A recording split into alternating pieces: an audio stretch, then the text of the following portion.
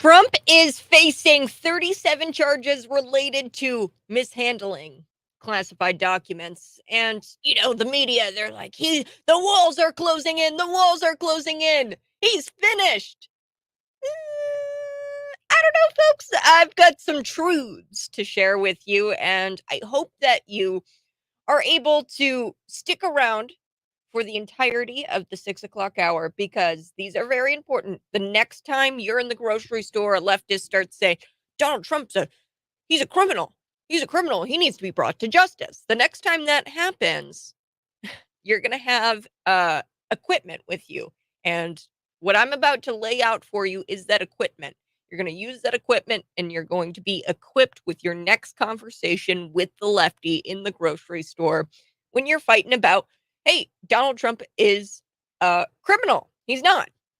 And I've got the claims, I've got the truths, all here in the 6 o'clock hour. I've got so much to tackle today for your Friday at 6:07 a.m. here. Tucker Carlson, he was back at it last night with Tucker on Twitter. And he had this awesome monologue. And he took aim at Fox News. Fox News, oh my gosh, they had this recent controversy about this chyron. It's like those things at the bottom of the screen that the media use. It's like a title or a description of what's going on screen. Subtitle, yeah. So Fox News, they're in this controversy because there was this outcry of outrage, right? This outrage after this chyron accused Joe Biden of being a wannabe dictator. And it was with a split screen shared with Donald Trump. This guy wound up resigning, the guy who created the chyron. So we're going to tackle that because Tucker Carlson did last night on Tucker on Twitter. So then I also want to talk more about Fox News, because guess what? Fox News has actually denied President Donald Trump a request to call in. So he asked to call in during the 8 p.m. hour during Brian Kilmeade's show, I think it was on Tuesday after his arraignment. And we've come to learn that Donald Trump, after he was arraigned in Miami, went later to his golf course, and he went to Bedminster, New Jersey, to speak to some supporters. Among those supporters, Darren Bailey. He was sitting right there up front. But then Donald Trump calls in to talk to Fox News, and then they denied him the request. I've got some inside details about that from the Human Events team. They leaked all of the information why they deny Donald Trump interviews anymore at Fox News. They only do pre-recorded interviews so they can edit it. And then a bit later, what I'm going to be talking about is this MLB pitcher. He's awesome. He completely obliterates the Los Angeles Dodgers in this awesome interview. He has a really cool interview out there. And what the Los Angeles Dodgers did, folks, they were honoring these anti-Catholic drag queen nuns who were just blasphemous, and they were stripping on the cross. Highly offensive and blasphemous, and really just destroyed your religious beliefs. It was clear that they violated their own code of conduct. So I've got that interview. And the MLB pitcher, he said they were doing awful things to the cross. These sisters of a perpetual indulgence that they had invited out to their gay pride night. So I'm going to get into all of that. But first, as promised, I'm going to lay out some of these fake things the news media is telling you about these 37 charges related to mishandling classified documents. Donald Trump, I wanted to get through this today because it's so important that if you're having a conversation with a leftist or somebody who just listens to the mainstream, you have got to have it ready to go in your back pocket to be able to take this leftist down point by point by point. And I have the evidence here for you. So here are some of the claims being made. Number one, Donald Trump violated the Espionage Act. No, he didn't. Did not. We're going to get into that. And I actually have the Espionage Act in front of me, and I read it, right? I read the Espionage Act, parts of it, right? And he did not violate that Espionage Act. Now, that's the claim.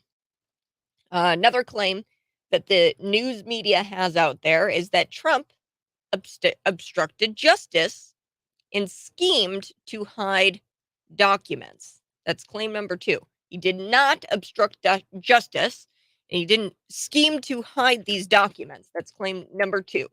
We're going to get to that.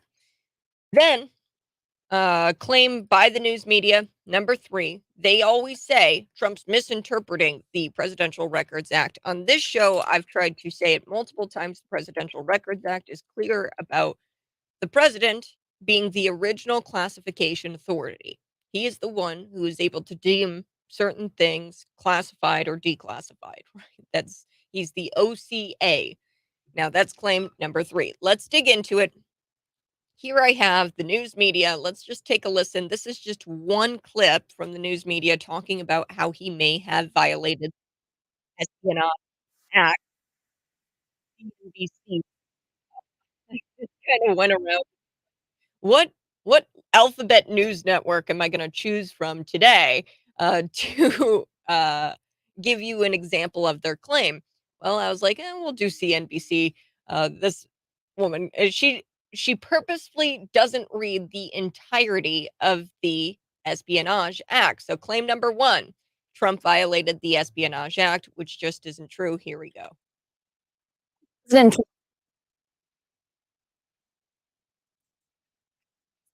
Federal search warrant for top secret documents that Mr. Trump allegedly stashed away at his Florida mansion when he left office.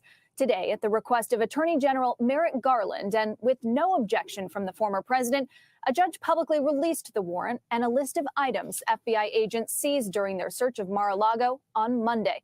The list includes a trove of top secret and classified documents, information about the president of France, a handwritten note, binders of photos, and the grant of clemency Mr. Trump gave to his longtime ally, Roger Stone. FBI agents also laid out several crimes that President Trump may have committed to justify their search of his home. Federal investigators say Mr. Trump may have broken the law under the Espionage Act, which prohibits the unauthorized possession of national security information that could harm the United States or help America's adversaries. That's a lie. Right there, that's a lie. I have the Espionage Act in front of me, folks, and what the Espionage Act says, truth, Donald Trump did not violate the Espionage Act. The Espionage Act says that he had to have had intent or reason to believe that the documents could cause injury to the United States and or give an advantage to a foreign nation. This is what the Espionage Act says. He had to have the intent or a reason to believe the documents could cause injury to the United States. That's what the Espionage Act said. There's this element of intent. Notice how she brushes over that part. It's so funny because she even flashes the Espionage Act up on the screen and you can see it. The perpetrator of the Espionage Act has to have intent or reason to believe that the documents could cause. That's the language of the Espionage Act. And then she brushes over it and she's like, because he's in possession of the documents, and these could cause injury to the United. No. Possession does not mean he was in violation of the Espionage Act. He had to intend and he had to have reason to believe. Okay, so it's very hard to prove intent. And these folks aren't even suggesting that Donald Trump had intent to cause harm. They aren't even suggesting that. And there is nothing that suggests that Donald Trump knew that these documents would cause harm. They have to prove that he knew that it would cause harm or reason to believe that these documents could cause harm to the United States and or give advantage to a foreign adversary. My source, you're probably wondering, Kat, why is this your opinion? Is this your opinion? No, I'm reading the Espionage Act that this dingbat on CNBC flashes up on her screen and she doesn't even read it right. It's like, what? She flashes it up on her screen and she goes, and he had possession of these documents, which means he was in violation of the Espionage Act. No. Possession does not mean that he violated the Espionage Act. Okay. Fake claim, a claim that they've got here. Number 2, Trump obstructed justice and schemed to hide documents. So she begins to say more about that. I paused the video here. We're going to pick it back up. But she goes into how he obstructed justice and how he hid the documents. Let's take a listen.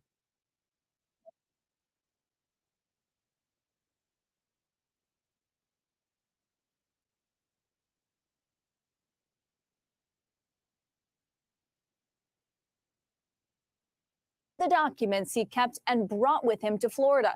He turned over some boxes of records, but just months ago in the spring, a federal grand jury subpoenaed Mr. Trump for sensitive documents that he allegedly still had at Mar-a-Lago. The Washington Post reports classified documents relating to nuclear weapons were among the records that FBI agents were searching for. Former President Trump insists that all of the documents he brought with him to Mar-a-Lago had been declassified. Of course, the President of the United States is the only government official who can declassify information at will. But it's unclear if Mr. Trump ever actually took any action to do so. And the FBI has made it clear that these were top secret and classified records. The action itself declassifies them, but I'm jumping ahead here because that's the claim number 3, and I've got a truth for number 3. Okay, we're on number 2, and she goes in and she talks about how he obstructed justice and hid documents. So when you read the actual indictment, the evidence that they claim they have, all of the obstruction charges, all of them, stem from privileged information, meaning private communication with Trump's lawyers. Okay, so he's talking with his lawyers. They're talking about how to, hey, how do we prevent them from having this evidence, because they're trying to defend him, right?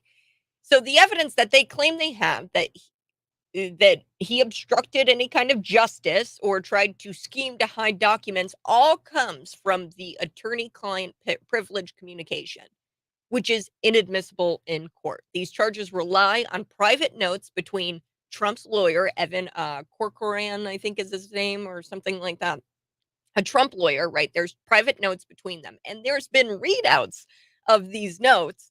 And Donald Trump was asking Evan, his attorney, for legal advice on how to deal with these documents now that this investigation has been going on for over a year, right? It's almost over a year. It was in, I think, the fall of 2022 when they raided Mar-a-Lago. And there's even correspondence between Evan and the FBI when it comes to, hey, I think it was on June 3rd. June 3rd was when Evan said, hey, come look at these boxes. And even the media hack there on CNBC says, yeah, he gave over some of the boxes. And he says that he even complied, even though he didn't have to with the FBI, because all of these documents were declassified because the very action of him taking the documents declassifies them. The very action of him taking them declassifies them. And I have court precedent and the Presidential Records Act that says that. So, like I said, the obstruction of justice and the hiding of documents, they don't care about private communication with your lawyer. See, they know it's inadmissible in court and they can't get it in. And these people are scumbags, and only scumbags would throw all of this so-called evidence that they have out there, which is inadmissible, out there because it's all about the court of opinion. They don't care about the actual court. All defense attorneys have conversations that could be seen as some sort of obstruction, right? You are defending yourself. And you have the federal government, the DOJ, trampling all over Trump's attorney-client privilege because they're saying that this is the evidence that we have that you obstructed justice, these private conversations that you were having with your lawyer. And look, it's about if they can do it to Donald, they're going to do it to you. If they can do it to Donald Trump, they're going to do it to you. You see, they think that there's a bigger risk when it comes to Donald Trump winning the 2024 presidential race. They think that's a huge risk. and they're willing to go out there, violate somebody's attorney-client privilege for a slap on the wrist. They're trying to convict Donald Trump in the court of public opinion. Their goal is to try to get the American people to hate him. And let me ask you this. Send me a text, 309-451-9299 if you're listening, or comment on the Facebook Live, YouTube Live. I'm also on Rumble. Folks, here's comment your answer. Do you want to live in an America where you can't speak freely with your attorney or your doctor, because this extends to medical records, right? You can't take somebody. There's if you're seeing a therapist, right, and you have private sessions with a therapist, those aren't admissible in the court of law. Um, the justice system that we have in America won't keep that privilege. And like I said, obstruction would be where this guy, they have a warrant to come search Donald Trump's home, and you don't comply with the lawful court order. That's called obstruction.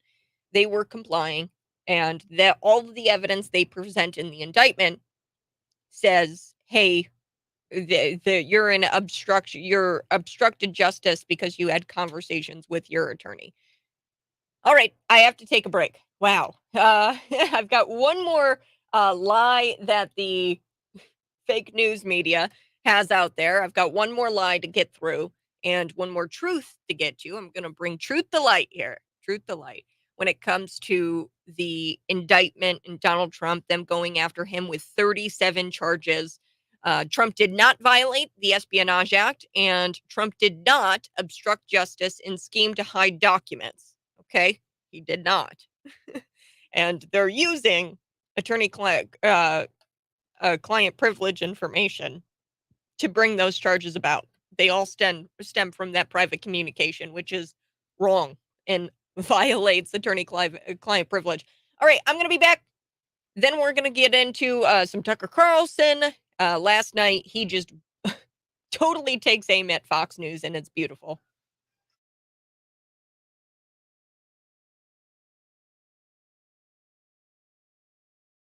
Hey, good morning. We'll be back, and we are actually going to have a very special guest in studio today, Chuck Erickson. Today is Cigars with Chuck Erickson. We're going to sit and chat about McLean County government. And then in the 8 o'clock hour, I'm hoping that we can get into some conversations here locally about the people who you might come into contact with, the Romanian people who say that they're refugees and they're panhandling on the streets, they're begging. And you're probably wondering to yourself, that's kind of interesting. Are they all together? No, they claim they're not. So it's quite interesting that we've got several Romanian refugees who do not have green card, do not have legal status here in the United States, and they all are driving vans around town to get around. We are actually going to have one of the refugees here in studio, I believe. I have some thoughts on what is going on when it comes to the Romanian refugees. I don't think it's a coincidence that a lot of them have a lot of the same patio umbrellas when they're out there in the streets begging. I don't think that it's a coincidence that one of the little girls was wearing, in fact, a t-shirt that said social distancing queen. It's just not something that Romanians, I would think, wear. Also the signage is all very much the same, the verbiage. And when asked at a lot of these Romanian refugees in the street corners, there was some over on Veterans Parkway. There's some um, right here just around the station. And I took the day yesterday and I went to go interview a lot of them. And they did not know each other, but they're all from Romania. They all came to Mexico. Then they went into Texas, and then they came here to Illinois via a van. So all of their stories are very similar. Some differ, especially between the men, Romanian refugees who are out on the street begging, and then there are some who are women who are out on the street begging, and the women's stories tend to closely align with each other's. And then the men's stories are a little bit different than that of the women's stories. So there's a lot of Romanian refugees begging in the streets right now. Yesterday, I took some time and took some cash out to one of them and got to chatting about him and his daughter and his wife, who were all out there. They were sitting underneath a patio umbrella, had a blanket out there, and they had a sign that said, "I'm a refugee. God bless. Anything helps. Need money for a hotel and food." A lot of these signs look similar, not only look similar, but they also use a lot of the same verbiage, but when asked, a lot of the Romanian refugees do not know each other. They don't know each other, but they all came from the same place and they're all here in Bloomington Normal. Yes, so there's some questions that need to be answered. In the 8 o'clock hour, we will get to those. I do have a few more things when it comes to the Trump indictment. I want you to be equipped with your with the conversation uh, that you have with your with a leftist. Okay, you have to be ready for when they come after you with all of these claims. One of those claims being that Donald Trump misinterprets the Presidential Records Act. No, he doesn't. And I've said it multiple times here, and I'm going to end this week with this laying out of the truth because it's important and because you need to be able to have the conversation with a leftist who says Trump is misinterpreting the Presidential Records Act. No, he's not. Trump obstructed justice and he schemed to hide documents. No, he didn't. And then Trump violated the Espionage Act. No, he didn't. So I laid out the first two claims there and then gave you the truth. The media won't tell you the truth. It was really fun to go, and I was like, what? I was kind of show prepping today, and I was like, what alphabet news network am I going to select that um, just tells these lies? What one? So I was like, CNBC. I haven't ripped on them in a while. And I chose, and I just couldn't believe it. She just skimmed right over the very important part of the Espionage Act, and she even flashes the entire act up on her screen when she's presenting the news on TV. If you're watching right now, smash the like button. We don't ask much of you here at Cities 92.9. We are getting cameras in studios that's pretty costly. We are editing, doing video editing. We're doing a lot more when it comes to content. And all we ask is that you visit our local advertisers, spend your money locally because local businesses care about you and they care about this community.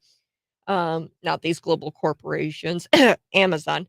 Um, but we just ask that you like the page and you like the videos and content, so that way, and this is how it goes, when you have numbers and likes and things like that, you can go and you can show your advertisers how strong you are in the community. We have a very strong presence, and then they are more inclined to um support you. So local advertisers, shop there, shop at our local advertisers if you need help, if you need something, right, and you want to frequent a business that is of like of you know that is local and not a global corporation, then we can help you with that. Just give me a text at 309-451-9299 and you can just tell me your need. Hey, what do you need to buy? You need to go buy shoes? I can tell you where to go. Um, where your money is being spent with people here in Bloomington Normal. Because I think everybody on our radio station is almost like all local. So if you're watching right now, smash that like button, smash it.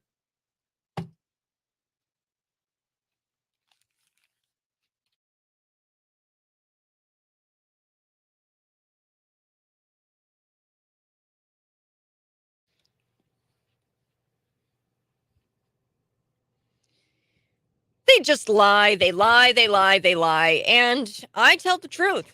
I'm just gonna tell you the truth, folks. Donald Trump did not violate the Espionage Act. That is a lie that they say. They say that Donald Trump obstructed justice and schemed to hide documents. No, he did not. I went through those lies and I presented the truth to you here in the first segment of the show. This is the Morning Buzz. And as always, folks, I am live in studio. You can see me on YouTube, Facebook, Twitter, Rumble. We're everywhere.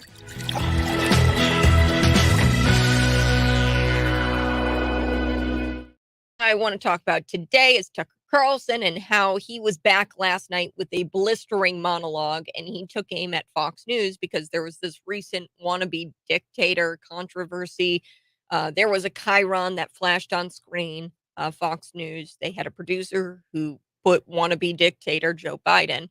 Um, and the guy, the producer who put the chyron up there had to resign as almost a, "I'm so sorry, I'm sorry," after this outrage, this outcry of outrage. And, you should always know this, and when people are caught in a lie, that's when they start to scream.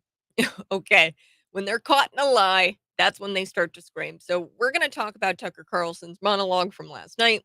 Also, did you know this? Fox News actually denied President Donald Trump's request to call in during the 8 p.m. hour, uh, in his Tuesday arraignment.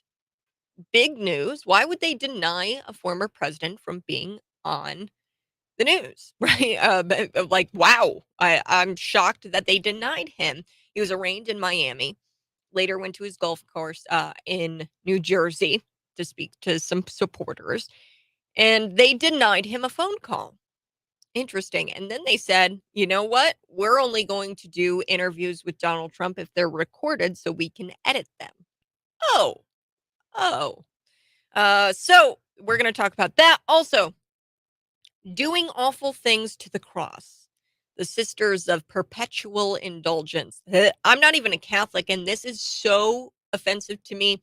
This is something that I wish I could unwatch. What the Sisters of Perpetual Indulgence, these are nun drag queens, and they were invited out by the Los Angeles Dodgers during Pride Night, and they honored the Los Angeles Dodgers. Essentially, what they did, they honored anti-Catholic drag queens, and it's offensive. We have the MLB pitcher for the Los Angeles Dodgers coming out and just obliterating the Dodgers for doing this. Before we took the break, I was talking a little bit about Donald Trump and all of these claims from the mainstream news media. And one of the things that the mainstream tends to do is they say that Donald Trump is misinterpreting the Presidential Records Act. I've talked about that so much this week, and I just wanted to lay it out for you. They are claiming that he misinterprets the Presidential Records Act. No, he doesn't. So here's the truth. The Presidential Records Act allows the president to decide what records he wants to return and what ones he keeps at the end of his presidency. That's what the Presidential Records Act says. My source, the Presidential Records Act. Okay, I'm reading it.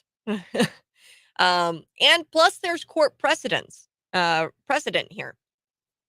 We have Bill Clinton, former president. After he left office, he took a lot of tapes that had a lot to do with a lot of foreign adversaries, a lot of things, right? That were kind of classified. But listen to this. Bill Clinton, he took a multitude of tapes, he put them in his sock drawer, and he hid them there. Now, the DOJ said the Presidential Records Act contains no provision obligating or, quote, even permitting. This is what the DOJ said at the time when Bill Clinton took these tapes and stuffed them into his sock drawer. The DOJ said the Presidential Records Act contains no provision obligating or even permitting the National Archivist to assume control over records the president categorizes as personal records. Okay, categorizes. What does that mean? The president categorizes it. So this all happened in court, and the DOJ said that when it was in court. Now, fast forward to 2012, Judicial Watch actually sued to try to get the recordings on these tapes that were stuffed in Bill Clinton's sock drawer.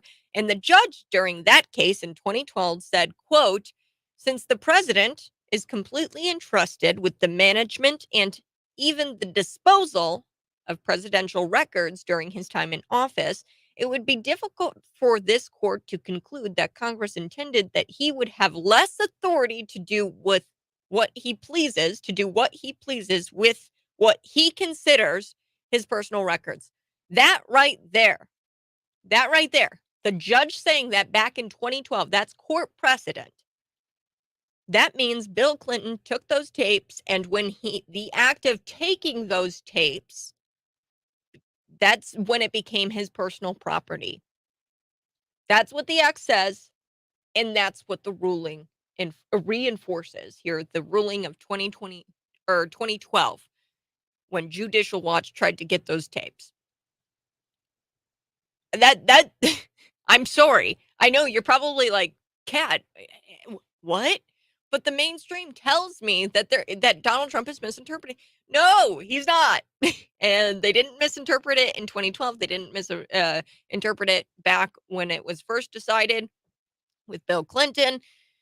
Those are the facts. Okay, so I laid out 3 lies told by the mainstream, and I gave you 3 truths. So that way, the next time you're in the grocery store or you're at a kid's soccer game or whatever, and some leftist loser starts saying Donald Trump is a criminal and nobody's above the law, just remember this episode, archive it. It's June 16th. You can go to cities929.com, check out the podcast, keep this podcast, and you can archive it. And now you have a conversation to have with the leftists. All right, we're going to be back.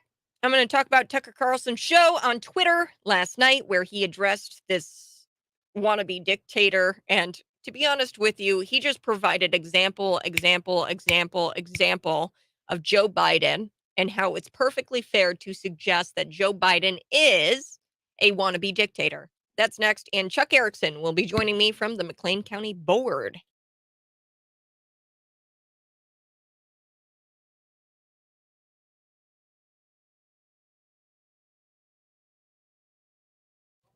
Okay, friends, I will be back in about 5 minutes. Be sure to like the video, comment, share this out with your friends. I'm going to be back in about 5 minutes. Got to go check and see if my guest is here.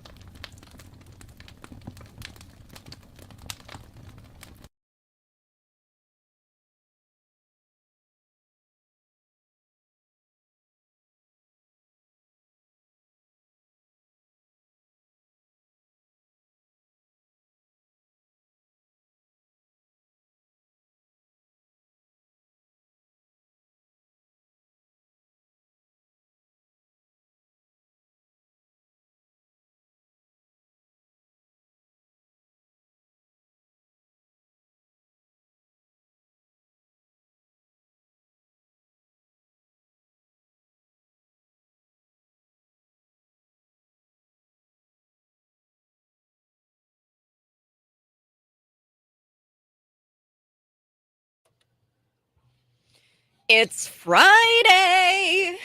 I'm very excited to have the Chuck Erickson from the McLean County Board. He's here in studio with me. If you want to see us both live in studio, smoking some cigars, you can see us live in studio.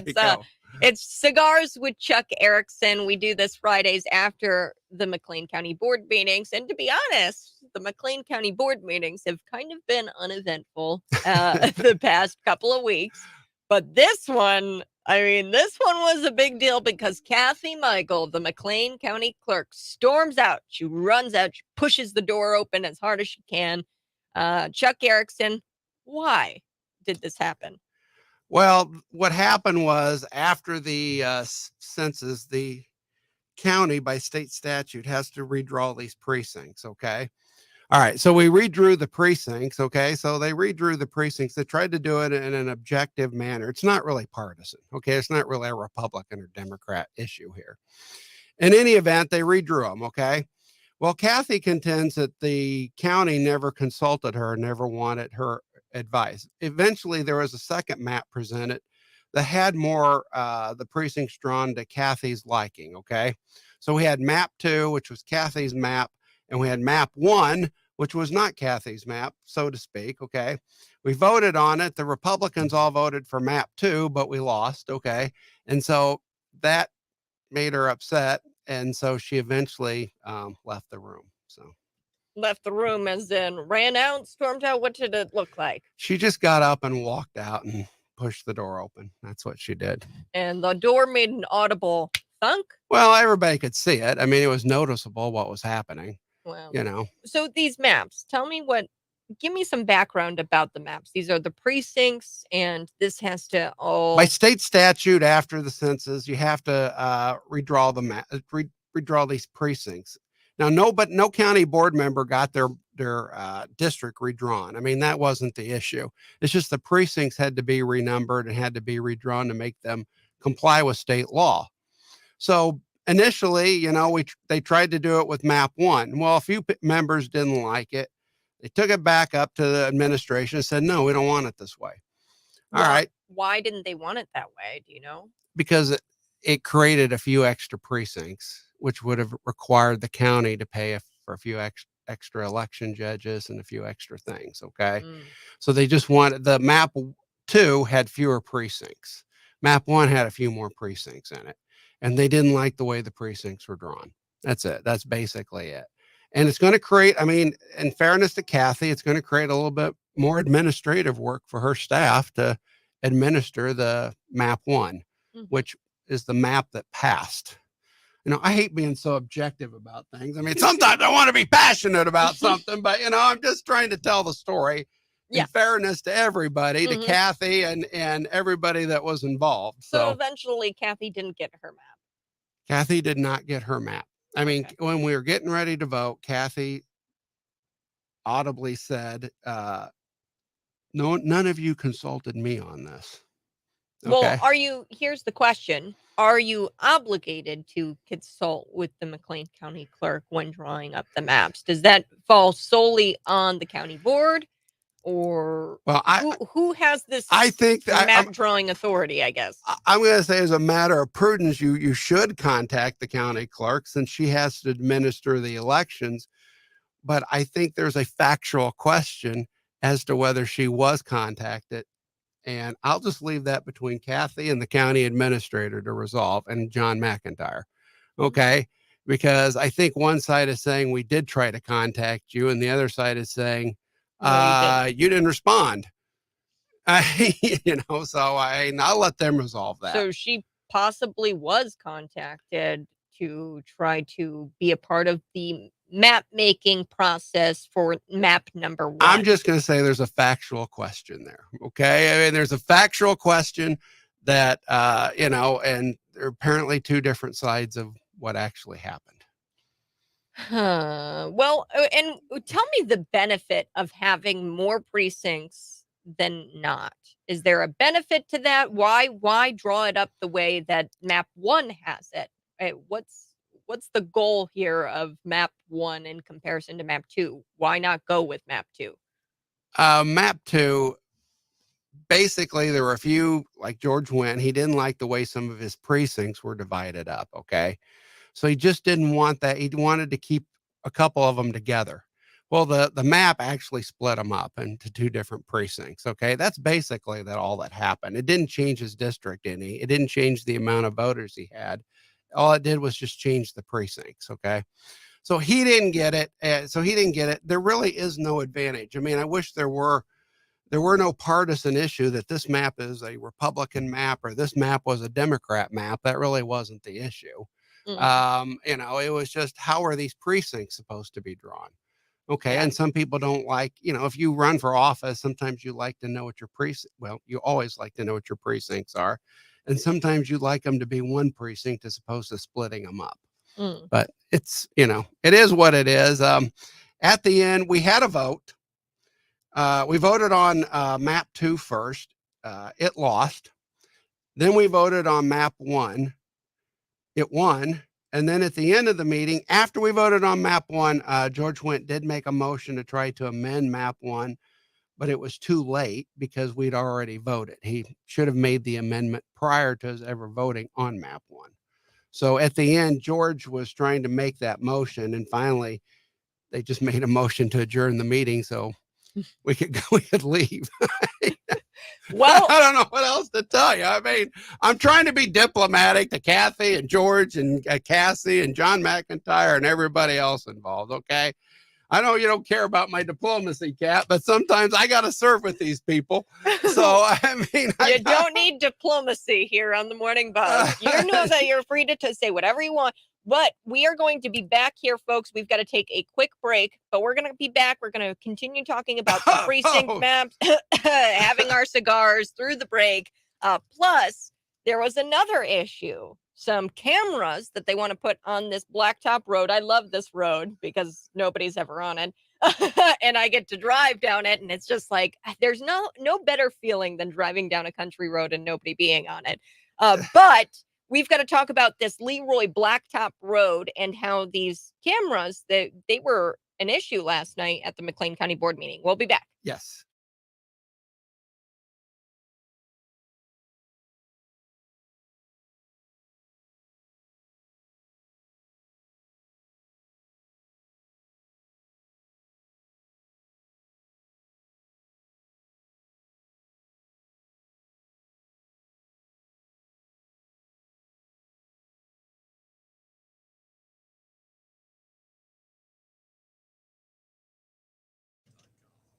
Good morning. Welcome to the live stream. If you guys are watching right now, smash the like button. Do it right now. Right now.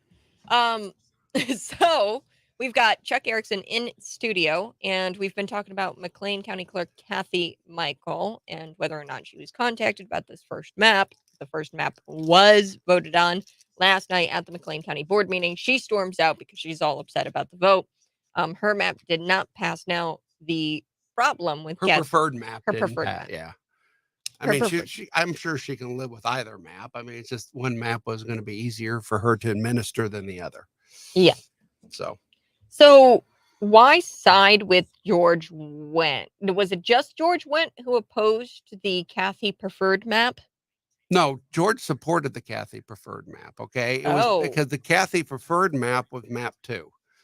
Okay. And that was the one George Wendt wanted as well. Okay. But we voted on map 2 first and it lost. And then we voted on map 1 and it passed. So that's what happened. And then George tried to amend map 1 after the vote. And he was basically shot down. He was basically, we just adjourned in the middle of him speaking. I mean, because because it's just the way it worked out. Yeah. It was a different meeting. Say that. Okay. Why are these maps important? So give me an idea. So I don't think they are that important. I mean, they are important, but they don't change the districts. Okay, they're just the precincts within a district. Okay, and how the we're talking about neighborhoods. Like, give me an example of a precinct. I guess in your district. let's say I used to live in precinct 34. When they did the county board map, they took my precinct and split it in two. So on the other side of Airport, became District 7, and my side of airport became District 10. So they didn't cut me out of my district, but they did split my precinct in two. So actually, I was a precinct committeeman, and I represented both sides of Airport Road. But in my county board district, they cut it in half. So that side of Airport Road to the west, I didn't get anymore. So what they tried to do is they tried to get these precincts within the districts. Okay. And, so they weren't split up as much. And they tried to do it objectively. Okay. With the right amount of number of voters. Nobody lost any voters. Nobody lost anything. Basically, what happened was they just redrew the precincts so they all fit within these districts. That's all they did. So, and sometimes when you do that by the numbers, it may add a precinct or two, or it may take one away. And some didn't like the way the precincts got split up. Yeah, because precincts being split up, it doesn't affect your district at all, but it affects where you represent, I guess, and it could mess up the logistics of campaigning. It could, yeah, it could. It could make your campaign for the office a little bit different. Interesting. But it shouldn't change your numbers. Okay, it shouldn't districts change are your all numbers. the same, though. Yeah, they weren't. These weren't districting maps. No, they weren't redistricting maps. It was just the precincts within the districts.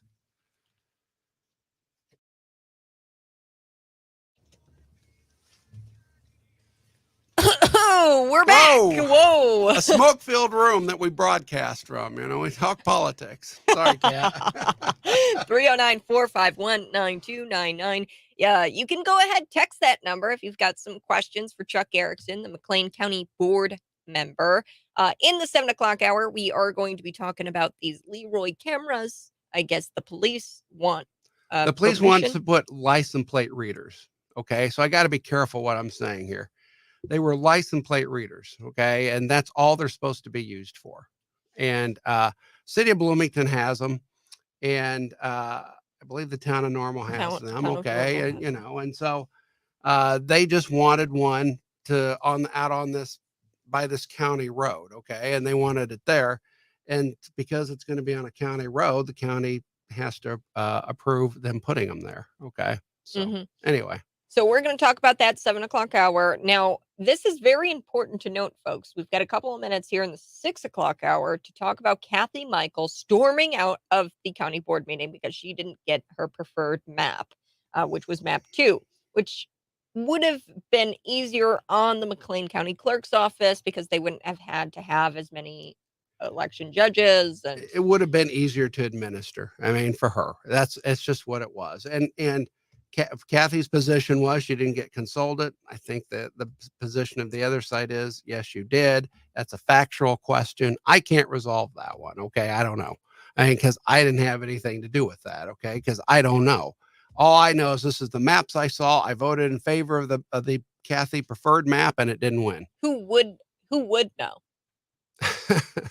You'd have to talk to Kathy. Yeah, you'd have to talk to the county administrator. You'd have to talk to John McIntyre. And John McIntyre. I mean, I don't know what happened. Okay. There had to be some correspondence between those three parties. Yeah. And if there is correspondence in regards to map 1, then Kathy Michael would have lied if she said she was never consulted, if there is such existing correspondence that's factual, concrete. So that's the goal of Cities 92.9. That's what we're going to try to find out, folks, because it's important to get to the bottom of the truth. So we're going to be back. We've got a hard break here. Chuck Erickson. It's Cigars with Chuck Erickson. Yes, he's in studio and we're smoking some cigars. It's a smoke-filled room that we broadcast from called The Truth, right? It's very transparent, although this room is kind of getting opaque. The smoke is getting heavy in here. I can't even see you over there at this point. So we're going to come back on the other side. This is The Morning Buzz.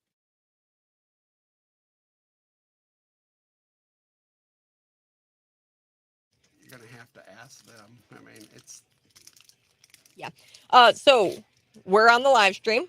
One thing I wanted to ask you, Chuck Erickson, was something about Sheriff Matt Lane. This is just a quick question about the policing here, we're working on a story. Here, All so right. we're working on a story about these Romanian refugees, and I have to try to get to the bottom of this, where there are multiple instances of people begging in the street. We're talking about this in the 8 o'clock hour. That's David Today, Paul Blumenstein's story, isn't it? I mean, Yeah. I talked to him. Yeah. Yep. So these Romanian refugees, what's going on is they are all out there, but they claim to not know each other. But it's kind of peculiar, right? To have multiple Romanian refugees coming from Mexico into Texas to Illinois through a van. It's all similar stories that we've got going on here. We're going to get to the bottom of it. But I talked to a few of the Romanian refugees yesterday. I went out, spoke to multiple of them, and it is uncanny how similar their stories are. They all have a van. There was one woman who said the van came from a church. She said that she didn't know English when I asked her what church it was. Although she seemed to have known pretty good English, like up to that point, and she said she didn't know what church she got the van from. A local church here. I have no idea. But that was a kind of a difference in her story in comparison to another story where he says he got the van in Texas and he came up to Illinois and he drives the van around. So it's very peculiar. All of the signs have similar language. Refugee, need food, need a hotel, things like that. And they all have children, some in Romania, some not. They have some children here with them who made the travel. All illegal immigrants. They're all not documented citizens. They are all here. A lot of them, one woman told me that she walked for a few months during the migrant caravans. And it took her months to get to America. So they walked from Texas to America and they just walked right over the border. Question about who starts policing this? I didn't think the border was open. Oh yeah, the border's closed, but yeah, you can walk over it.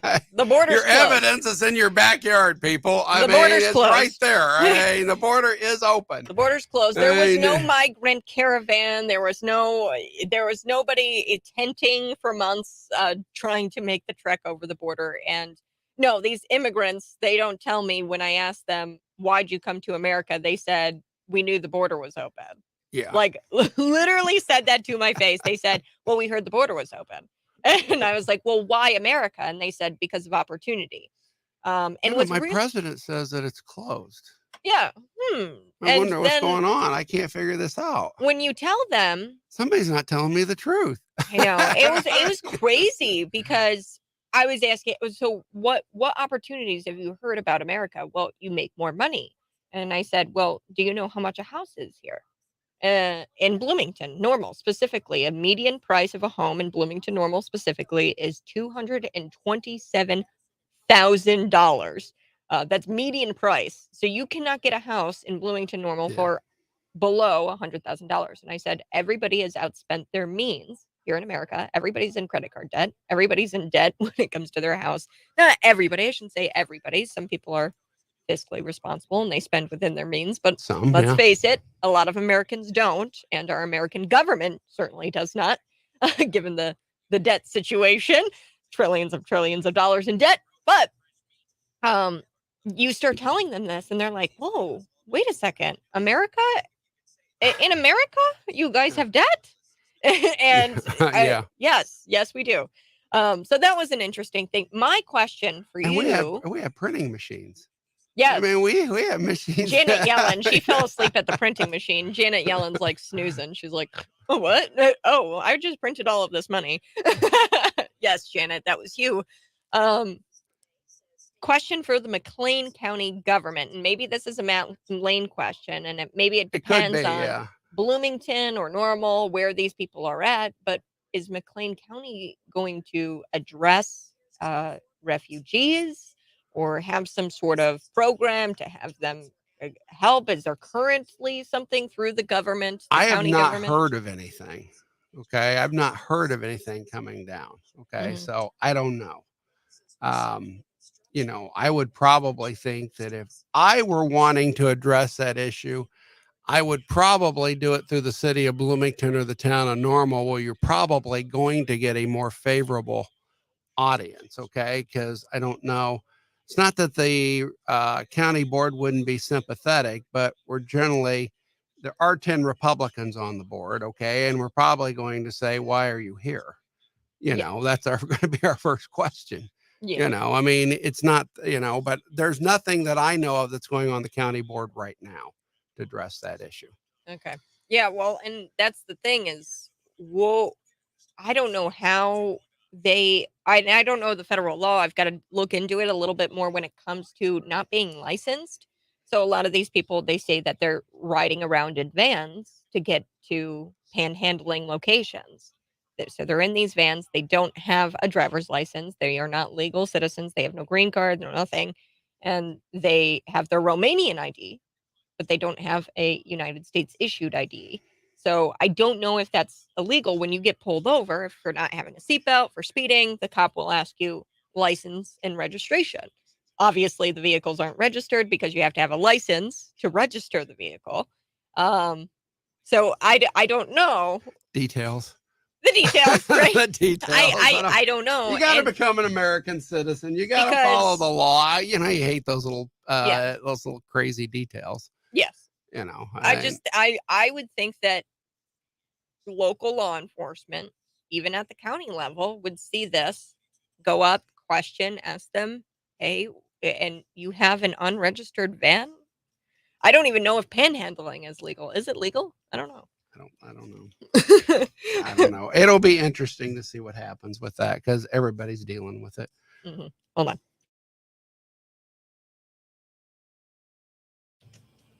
Woo! Good morning. This is Cigars with Chuck Erickson on the Morning Buzz. And we broadcast live from a smoke-filled room. And we have cigars in studio. You can see us. You can see us in the studio if you go to YouTube, Facebook, Twitter. You can go ahead and check us out there on Rumble. We're everywhere, folks. And before we took the break, we were talking about the Leroy camps, license plate readers. And there's Blacktop Road. I'm actually out there quite a lot. I kayak out at, what is that called? Moraine View Valley, at that state park, beautiful park. But there's this road there, and it's called Blacktop Road or something like that. I don't know. I think it's a road that runs from Leroy to Lexington, somewhere in that area. Yeah. It's a long stretch of road. Yeah. I've never seen anybody on it, so I don't know what kind of license plates they're going to be reading. But apparently there's a lot of people that travel this road. Why do they want these cameras? The Leroy Police Department wants these cameras, correct? Well, I think if you ask the Leroy Police Department, they would tell you that the license plate readers help you to identify a stolen vehicle. I mean, if that license plate is in the system and it shows up as it being stolen as soon as the picture is taken, then that alerts law enforcement there that you might have someone there who has been accused of a robbery and they're in a stolen vehicle, or is accused of stealing a vehicle. It could be an Amber Alert too. Maybe they've taken a child, so it alerts them right away to know that that person is in their community. So that's the purpose of it. I think, the police chief of Leroy could probably explain that better, but that's what it's for. It's not intended to be a speed trap. I was told that. I mean, they're not going to be out there doing a radar on people and trying to catch them. Okay? Mm-hmm. All right, that's fine. That was one of my concerns, and I was told, no, Chuck, that's not what it is. So anyway, it went before the executive committee meeting. Actually, it passed transportation. The reason it went to transportation was not because or justice or anything else, because they just need the highway authorities department, to put them in. I mean, so transportation passed it, went to the executive committee. There are some questions. Catherine Metzger asked some questions. I ultimately voted no on it. Okay. I voted no at that point. And I said, I have too many questions at this point that I can vote in favor of it. Okay. And then it came to the full county board meeting. And then there was a motion to table it. And it was tabled, and basically to get our questions answered. That's basically why it was tabled. Because I'm not going to. I wouldn't say at this point it's going to get defeated. I think just a lot of members have concerns about what this is, and they want to get their questions answered. And I think that's what's going to have to happen. I always get a little irritated when some of these people come and say, "Well, nobody asked me any questions." Okay, well, I'm the policymaker. It's your job to explain it to me why it needs to be done, not my job to figure it out. Okay. Yeah. I mean, and I don't understand why people get that way. I mean, you have to explain it to the elected officials why you want it, not, well, you have to ask me questions why I want to put it in there. No, that's not the way it works. You got to do it the other way around. You got to explain it to us. Yeah. So there was some issues. Well, nobody asked me any questions. Well, you got to explain it. It's not my job to figure it out. You want it. You have to advocate for it. You have to advocate for it. I mean, that's what we do. Yeah. And so, it just turned out a lot of questions came out about it at the end. My initial reaction to this is that road is not frequently. Now maybe I don't know. Just from what I understand, is that road is kind of rural, and I don't know why they would need license plate cameras there. Is there a specific? My gut reaction is maybe there's a specific case that they are thinking of trying to work, and maybe they're working some crime this case. Traffic on that road that we don't know about, and they don't want to talk about it. They don't want to talk about it. I mean, that would make sense if there's a specific case that would help them in the case if they had these license plate readers. I have no idea. But I just that was my gut reaction was, okay, there's a reason why these people want it on a rural road. The traffic there, from what I understand, right, every single time I've been out there, and I go out every other weekend, right, there's just nothing there. Well, this predates you, Kat, but there was a song in the 80s called I Always Feel Like Somebody's Watching Me. I don't know if you remember the song, okay? Yeah. And, and in the 80s, it was so prophetic. I mean, because nowadays, it always feels like somebody's watching you. It always does. I know. Well, and Tucker Carlson, which we are going to get to here, folks, coming up in just a bit, in his Tucker Carlson Tonight video on Twitter. Last night, he talks about how a lot of Americans are having their phone records sifted through without their knowledge, which is scary stuff. To have your phone sifted through, they know the conversations you're having through the big banks, right? I've got a friend who didn't want to buy a gun raffle ticket online because he didn't want to use his credit card. Yeah. I mean, he just didn't want to use it because he didn't want him to know that he was buying, gun raffle tickets. I mean, you say, oh, come on, don't worry about it. Well, I mean, I don't know what's going on. I mean, you had that story the other day where the guy supposedly said something on Amazon or something, and then they shut him down. Or it's just like, shut down all of his how much are they watching us now? I mean, that's what's concerning. Yeah. And on a rural road, like, what's even the purpose of that? Well, like, you know what I mean? Like, how many license plates are you actually going to read? 10, 20, I think, and I don't know, we'd have to look into it here as a newsroom. Is there a case? Is there a specific case that they are wanting these license plate readers out there? Or was there a case where that would have been helpful? Well, I suppose there probably are a few examples where they could say that, hey, over at this area where we had the reader, it helped us catch this person. Guy. But did they provide those examples to you? Well, not initially. Okay. I mean, I got a call from the sheriff yesterday and explained to me, hey, Chuck, these things are good. I mean, these things aren't bad things. And I don't dispute that. But my concern is,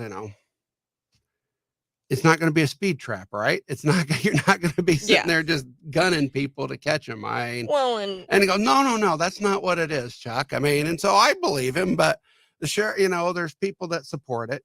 And the Leroy police chief did come to the county board meeting last night, and it got tabled, but there will be questions about it. And I think county board members will ask the appropriate questions, and we'll see what we come up with.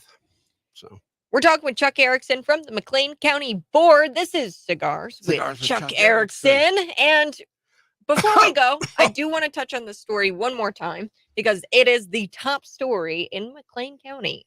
Kathy Michael storming out of the county board meeting because she didn't get her preferred map. Now, why was she upset with this first map, Chuck?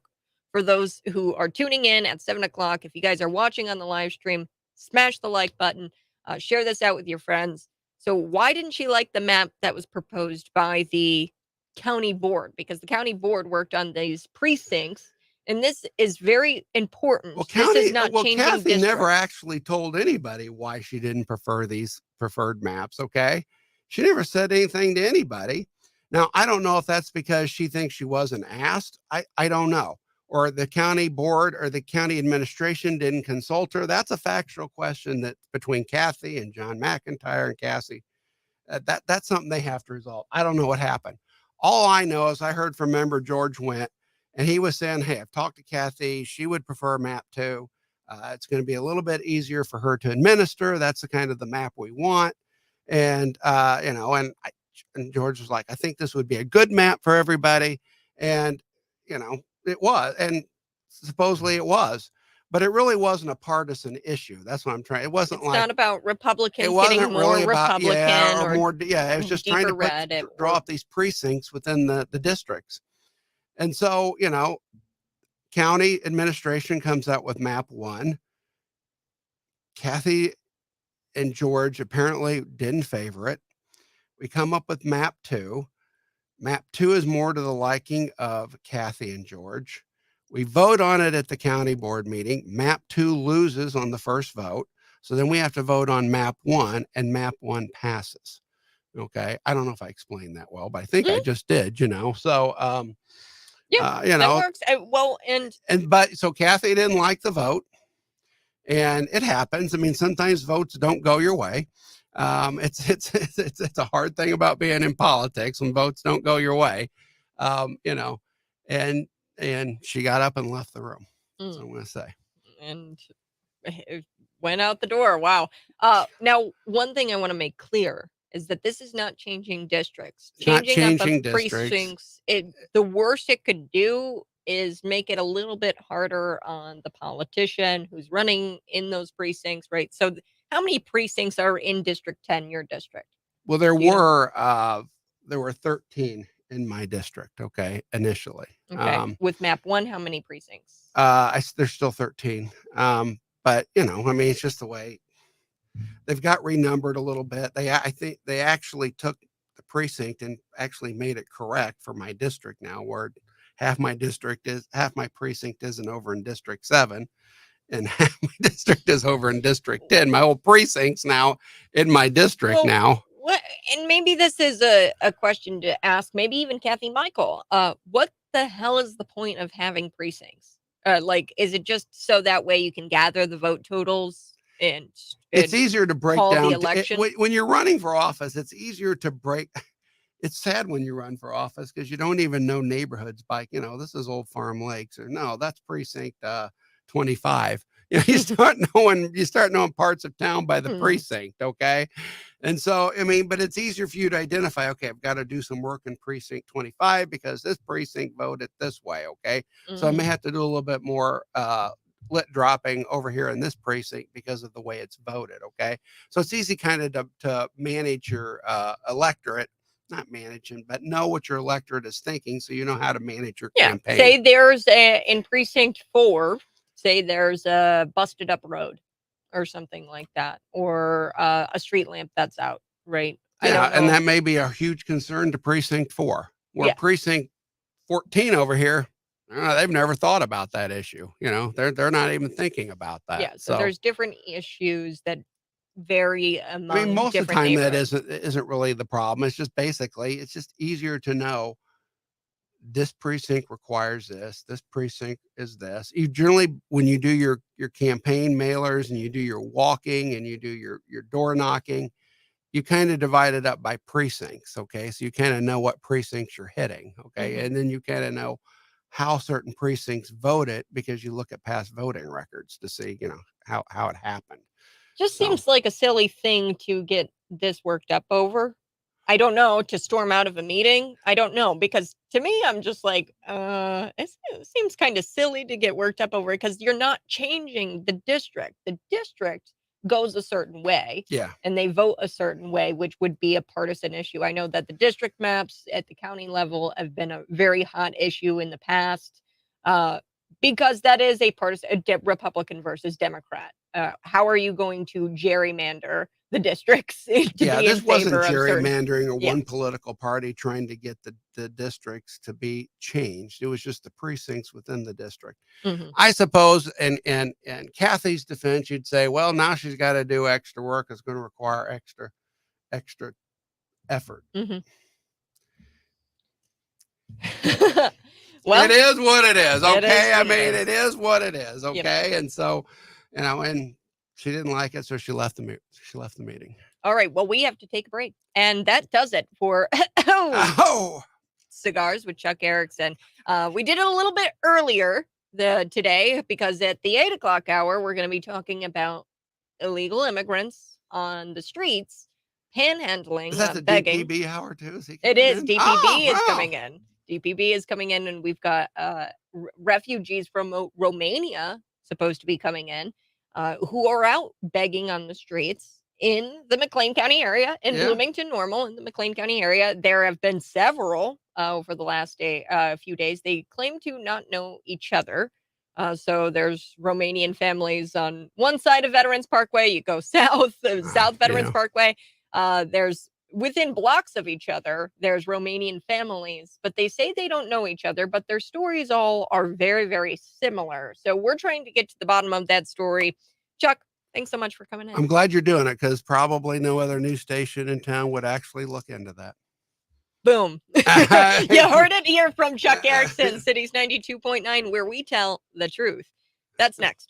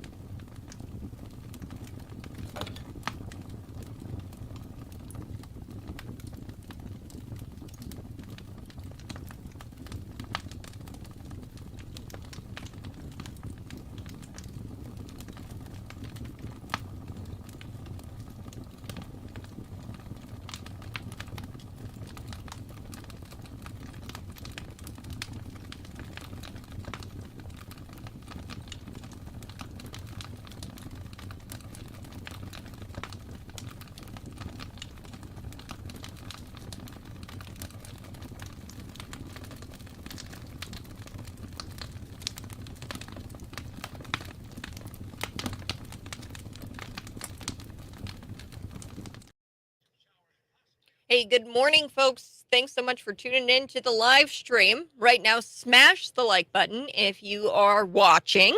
We have to talk about the facts and we have to talk about the fakes. So there's a few fake things out there, some claims made by the leftist media, made by Democrats when it comes to Donald Trump's indictment. So Donald Trump, they say that he violated the Espionage Act. No, he didn't. Trump obstructed justice and schemed to hide documents. No, he didn't. He did not obstruct justice. He did not scheme to hide documents. Trump misinterprets the Presidential Records Act. No, he doesn't. So there are a lot of claims out there, and I'm going to provide some truths.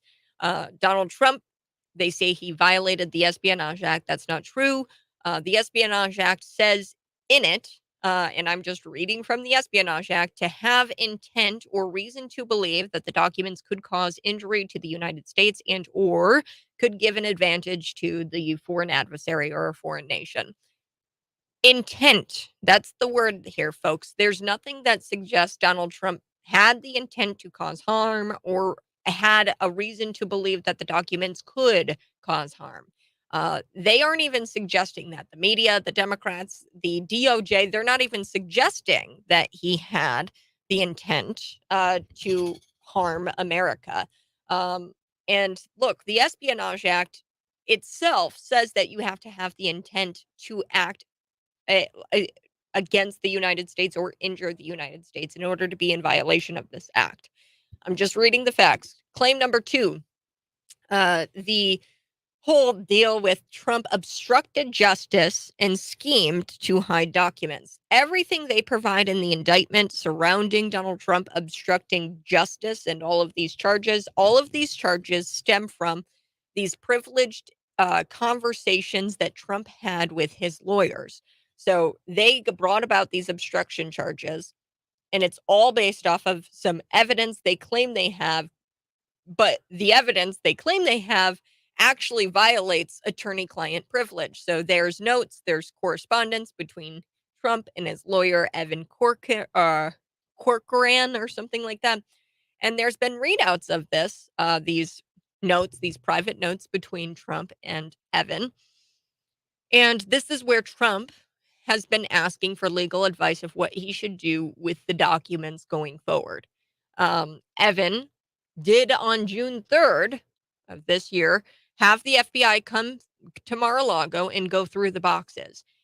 Even after having exchanges with Trump on what to do with these boxes. So he was compliant with the FBI. He had the FBI come in, search the boxes. They had a search on his home. He has been in compliance with the FBI. Now, they're saying it's obstruction of justice, being that there was correspondence between Trump and Evan about what to do with the documents while they were investigating. And this is under attorney-client privilege.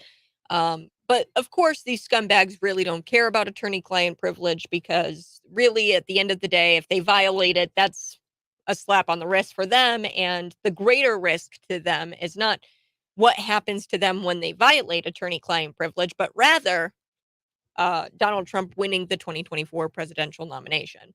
They are scared Adam Schiffless when it comes to this. So they don't care about the attorney-client privilege. There's another claim out there that they say Trump is misinterpreting the Presidential Records Act. That's not true. The Presidential Record Act actually allows the president to decide what records to return and what ones he keeps at the end of his presidency. My source, the Presidential Records Act. That's what it says. And there's been court precedent in regards to this. Bill Clinton had something similar happen, and a judge on record has said that the Presidential Records Act, it is up to the president to manage and dispose of presidential records.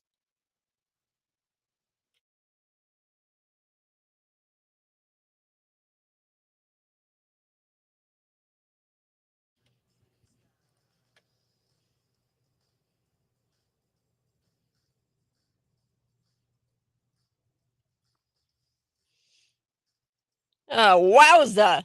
Okay, so a little bit later, we are going to be talking about Tucker Carlson, and Tucker Carlson just completely obliterating Fox News for bending the knee, apologizing over this chyron, saying, hey, Joe Biden is a wannabe dictator, right? They put a chyron up there that accused Joe Biden of being a wannabe dictator.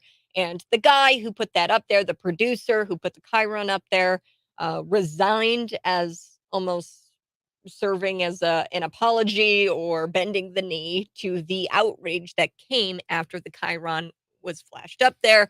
The producer who made that decision was forced to resign because he had to apologize for offending the White House resident. But Tucker Carlson lays it out, folks. Actually, it's perfectly fair to suggest that Joe Biden is a dictator. He is a dictator. And he lays out example after example after example.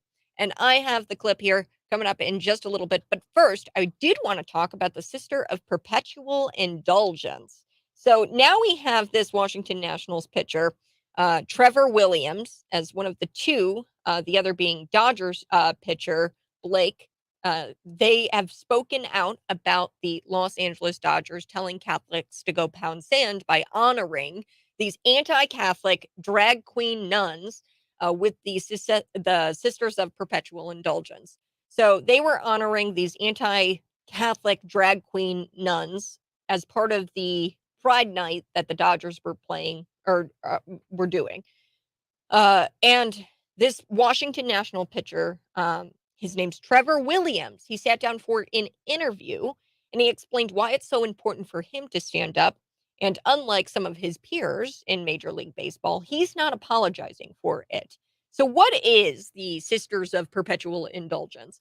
Well, the Sisters of Perpetual Indulgence, what they do, they dress up as Jesus, Mary, other religious figures, and they brag about mocking the Stations of the Cross or even the Eucharist. They pretty much strip on the cross and they shake their butts on the cross. They use the cross as a stripping pole in these very provocative, like skanky looking outfits. Now, the Dodgers had uninvited them to Pride Night in June when it was brought to the team's attention that this is considered offensive, really, to millions of people. There's a lot of people who are Catholic. There's a lot of people who are Christian in the United States and in LA. And I want to note this. Nobody was complaining that the Dodgers were having a Pride Night. It was the blasphemous group of queens that they invited that people had the issue with. Okay, so after the sisters were uninvited, we had leftist politicians, the media blowing up, and they basically forced the team to bend the knee, and the team invited them back with a full-throated apology. LGBTQ activist bullies, they demand you support every single kink that they're into, or else we will cancel you. So what did Trevor say about the Sisters of Perpetual Indulgence, the Washington Nationals pitcher? Well, after the Dodgers here, they caved to the bullies and these anti-Jesus bigots. Williams issued a lengthy statement on Twitter saying, quote, "To invite and honor a group that makes a blatant and deeply offensive mockery of my religion and the religion of over 4 million people in Los Angeles County alone undermines the value of respect and inclusivity that should be upheld by any organization." So he doubled down on this statement in a recent interview that I've got. Here we go. Let's take a listen to it. This is Trevor Williams, the Washington Nationals pitcher.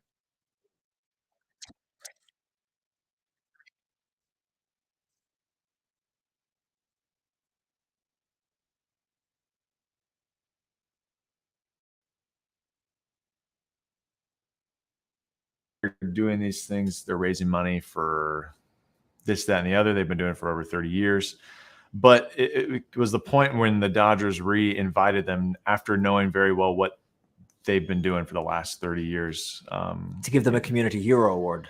Correct. And at that point, I looked at the Dodgers Code of Conduct. I'm like, look, or the Dodgers Fan Code of Conduct, and it said you cannot wear anything or say anything that goes against anybody's age, gender, creed, religion. And at that point, it was like, this is going against their code of conduct. It's a blatant anti-Catholic message that they're sending, regardless of how much, quote unquote, good they've been doing in their community. But when I saw how deeply offensive it was, doing awful things to the cross, doing awful things about Stations of the Cross, like it became a point where these negatives are not, they shouldn't be honored, and they shouldn't mock a certain group. Because you did say in that statement as well that you believe all groups should be welcomed and respected when it comes to Major League Baseball. So this group specifically, the group who call themselves the Sisters of Perpetual Indulgence, what is it, if we get to the core of it, that you believe is mocking your Catholic faith? Yeah, I think if anyone with two eyes and a brain can see that they're mocking the religious habits of nuns. They're mocking what we hold most deeply and what are our core convictions. They're blatantly mocking it. When you look at it from the So there you have it, folks. That's the Washington Nationals pitcher, and he's doubling down on his statements against the Dodgers. He points out that the Dodgers violated their own code of fan conduct, which opposes fans yelling things that offend somebody's religious beliefs. It appears enforcement of said code depends on who is doing the offending and who is being offended. Okay, so the code of conduct only applies to you know, the people who, you know, if you were to say something probably about a Muslim or somebody of the Muslim faith, Jewish faith, I don't know. Is it the Catholics that they're okay with the code of conduct being violated? You can't yell out offensive things about people's religious beliefs, and these people are just openly mocking it. So again, because we're lectured about finding common ground, no one caused a noticeable stink that the Dodgers were holding a Pride night. It wasn't about the Pride night. It was about this group. Okay. The common ground would have been Dodgers finding a way to celebrate gayness without going out of their way to offend hundreds of millions of people who practice one of the Jesus based religions, Catholicism, right? The Dodgers instead, what they decided to do was tell 4 million Los Angeles Catholics to go drop dead. And they said that they were unable to pay worship to the gayness without also celebrating drag queens who openly mock the crucifixion of Christ. And then the left and the media, but I repeat myself, wonder why there's backlash across the country from apolitical people who have had enough. Apolitical people are getting in on this and they're saying, this is garbage. This is complete crap. Scott Robbins joins me next. This is the Morning Buzz. Scott Robbins will join me. Happens around 7:40, 7:35 every morning. We'll be back.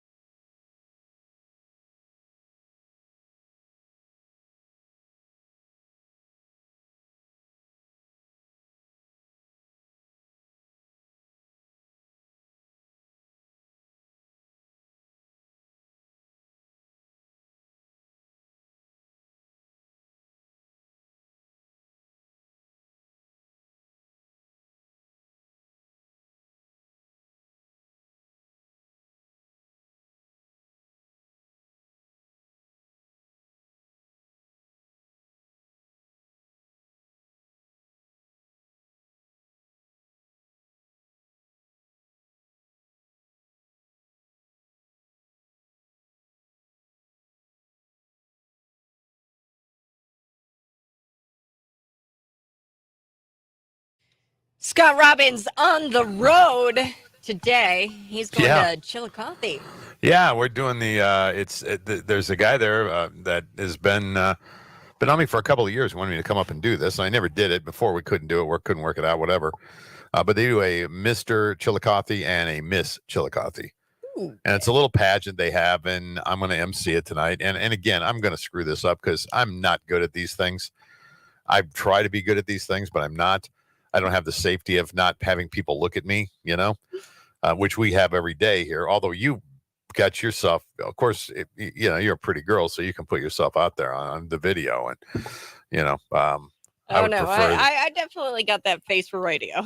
Well, you don't, but anyway, okay. I want to get to a couple, but I mean, I'm there tonight. I think it starts at 6:00. Where is it at? It's in Chillicothe, like in the little park area. They got a big carnival thing going on there. Fun. Yeah, so it'll be a fun event. I'm looking forward to it. I want to get to this piece of audio before I get to a story. This is Joe Biden. And there was something that was going on yesterday in the White House lawn. It's Immigrant Awareness Month or so. I lose track of all these days, right? Mm-hmm. And months, but it's something like that. And Eva Longoria was there. And there was a lot of people on the White House lawn yesterday. And Joe spoke to them. Something Joe Biden does all the time.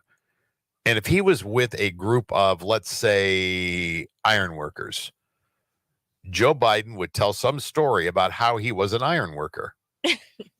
He does this all the time, right? I mean, it's a complete fabrication and lie, but he does it anyway. I mean, he was around football players. He was a football player in college. When he was around teachers, then he taught law, or he taught it, whatever. It's just crazy. He marched with with King. Mm-hmm. He marched with Martin Luther King. He he met with the Dalai Lama. I mean, there's all these crazy stories, right, that he just concocts out of nowhere, and you just nod your head, and he's given a pass on many of them. But this was one that caught my attention. This was at the this is the big Immigrant Awareness Month, or We See You Month, or some kind of stuff. I don't know what it is. But Joe's there, and anyway, this is what he said. That's why it's fitting we host this screening during Immigrant Heritage Month. That's what this is. The time when we celebrate the country's immigrant heritage. I want you to know, Jill and I, we see you. We value you. We are indirectly a part of you because of our heritage as well in different ethnicities. But when we came, we were not welcome. What? That's why it's fitting we host this screening during Immigrant Heritage Month. When that's what this is. When we were not welcome. What is he talking about? I don't have any idea what that means. Is he trying to appropriate some sort of Mexican heritage now? To appropriate is to appreciate. Okay. I have no idea where that came from. Out of left field. That's one of those things, right? He went to a black church. Remember that one? Yeah. He's speaking to a predominantly black audience, and then he tries to be one of them by saying, I went to a black church. Well, you didn't. The Plop way. Right. There's Jill another one. Biden and it's just the tacos. The pandering nonsense. Rather than just get up there and give your speech, I mean, you can say, we see you and we've got your back and all those things, but then you try to take it a step further by saying, when Jill and I came here, we weren't welcome. What are you talking about? Are you talking about your ancestors? Then please lay that out for me, because I didn't hear any stories about any Joe or Jill's ancestors being, unwelcome in the U.S. I have no idea. I know he's Irish. It's Irish heritage. So who knows? I don't know. Maybe Jill was unwelcomed because she wasn't a doctor, and then adopted the doctor status. The title, became a doctor, and then that's when they started to get accepted. I don't know. I don't know. I have no idea either. I don't know what he's talking about. And nobody knows what he's talking about most of the time, but that's one of them. The other thing I noticed about Biden yesterday is there was a tweet that went out. Now, he didn't write it, of course, but somebody in his camp is doing this. Oh, gosh. I know what you're going to say. Jill and I are excited to fly out one lucky grassroots supporter and a guest to meet us at an event. If you chip in now, you could be our guest, Joe Link. So you throw a few bucks at Joe and you're entered into this lottery to get a chance to have lunch with he and Jill. What? I mean, and again, is this a common thing? Because I don't remember any presidential candidate doing this. Maybe they've done it before. Trump does it. So you know those baseball cards? Yeah, I knew You about the remember those? baseball cards. Yeah. So those baseball cards, you paid a bunch of money, and then you could go and do a golf outing with Donald Trump, which would be pretty cool, in my opinion, right? Or Okay. have dinner with Donald Trump or something like that when he's all right. campaigning. Well, But for maybe like I'm a sitting president to do it, Donald Trump, I don't think. Maybe I'm just naive. Maybe this is the way of the world now. I mean, it's like the VIP experience at concerts, where you buy your ticket, you get your ticket, it's overpriced as crazy, but you get a poster and a meet and greet with the band before the show. So you buy your way to meet the band. Yep. I mean, the band hauls in a bunch of money, and I know exactly what they do. I've been down this road before with radio. 9 times out of 10, you're in a hallway and you're up against a wall, and the band comes by and greets everyone. Hi, nice. Thanks for coming. Thanks for coming. I mean, that's it. It's impersonal. I mean, it's done, but it's, you pay thousands of dollars for this VIP experience. But hey, man, if people are willing to pay it, I don't care. Doesn't bother me. I think All Trump gets away with it because he was a celebrity, right? He was actually on TV, and he was somebody before he became president. Yeah. I don't know. When politicians do that stuff, I'm just like, yeah, it's very just cringy very, for like, me. I just am like, idealistic. Like you're idolizing a politician. And this is like some grassroots movement. So if you throw $10, you'll get into this lottery. I mean, it's really something. Can I pay money to never meet Joe Biden? Because I would actually do that. Well, actually, I don't. I think that's free. I think that's free. I think they would raise more money if they had something that said, hey, Joe Biden won't talk for 3 weeks if you just donate to the campaign. Jeez. People would put money into that, I'm sure. We're building bridges across the Indian Ocean. But, I mean, did you hear that? You heard that one, right? Yeah, I mean, he's building he's talking about we're building a bridge across the Indian Ocean. When did that happen? Again, these are all these things that are like, it's right across the Indian Ocean, railroad tracks, across it's nuts. All right. Good morning, America. Wake up and smell what's happening. Here's a reporter from ABC saying, here's the story in San Francisco, and this is happening in a lot of other urban areas across the country. But anyway, here's the story.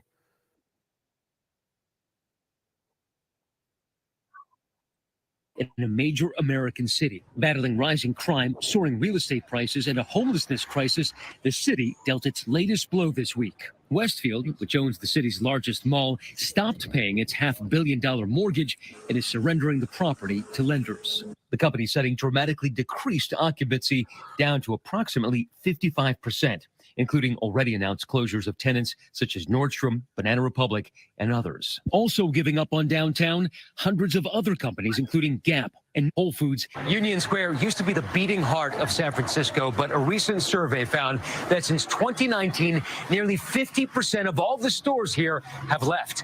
Now it's empty storefront after empty storefront after empty storefront. The last time I was here was 2019, so it was great back then. Now I was like, I'm scared. I was thinking to switch my hotel. In the first quarter of the year, the city saw a 16% rise in robberies and a 41% spike in fentanyl deaths over the same period in 2022. You're seeing it all over right now. Companies are leaving the city. Is San Francisco dangerous? Well, here's the thing. San Francisco is a major city, and it has challenges. But let's back up a little bit. You are talking about people who are leaving the city, but not the people who are staying, expanding, coming to San Francisco. But it's not just San Francisco. Other West Coast cities, including Portland, Seattle, and Los Angeles, also suffering from a similar trend of downtown decay. The mayor noting that several metrics of crime are actually flat or down, but it is worth mentioning that we are not at Union Square or the Westfield Mall this morning because we have been advised it is simply too dangerous to be there at this hour. Okay, that was Matt Gutman. And he did the story, and that was London Breed. Every time they say unique problem or working on it or challenge, those buzzwords, it's a disaster. It's a disaster.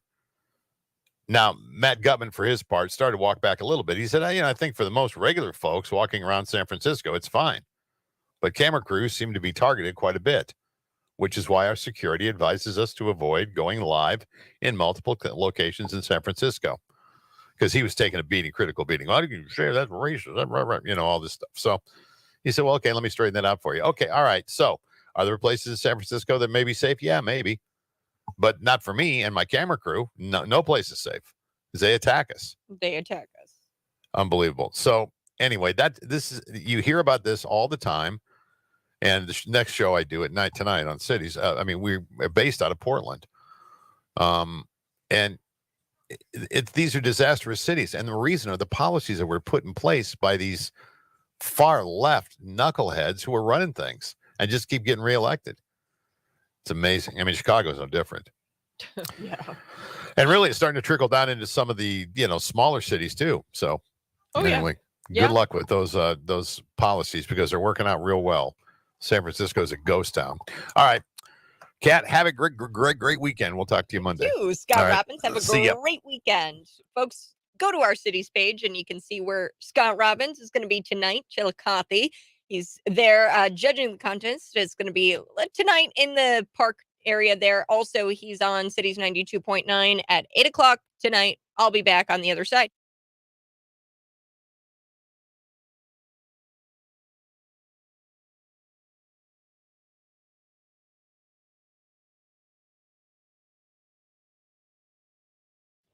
Here we go. We're going to get to some of your comments here and texts on the live stream. I don't think you need a law degree to know that to know what something says. Just like you don't need a biology degree to know the difference between a man and a woman.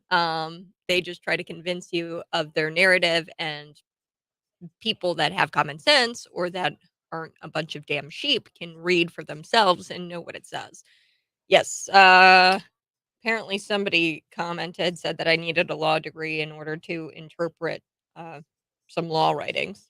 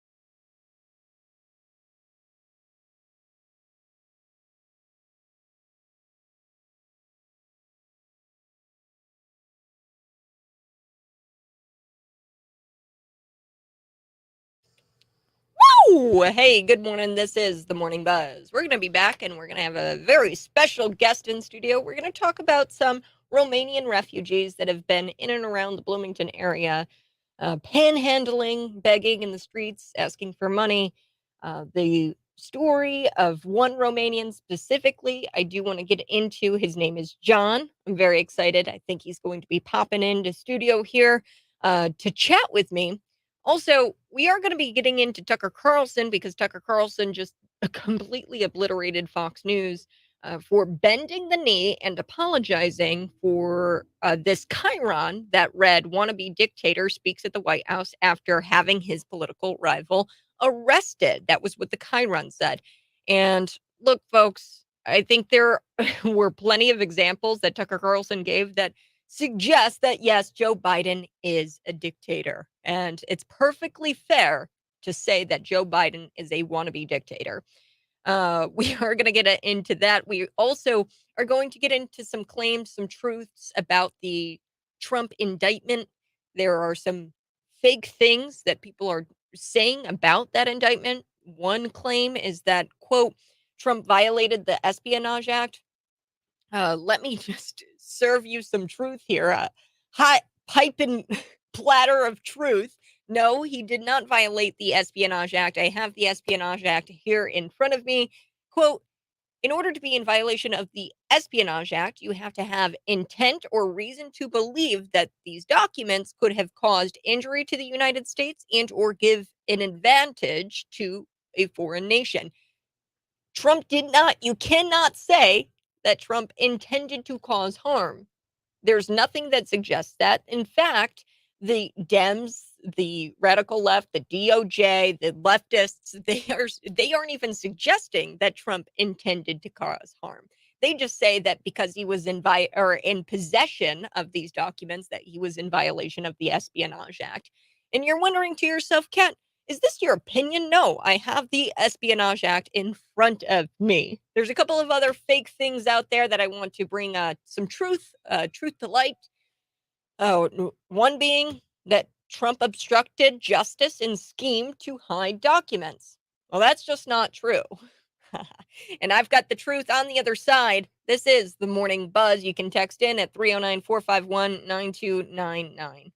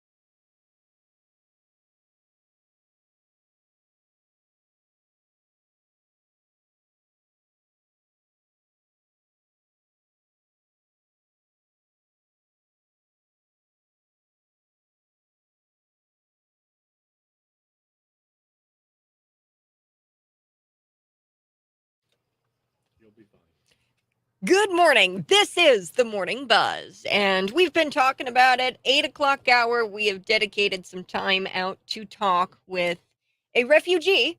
He is here in the United States.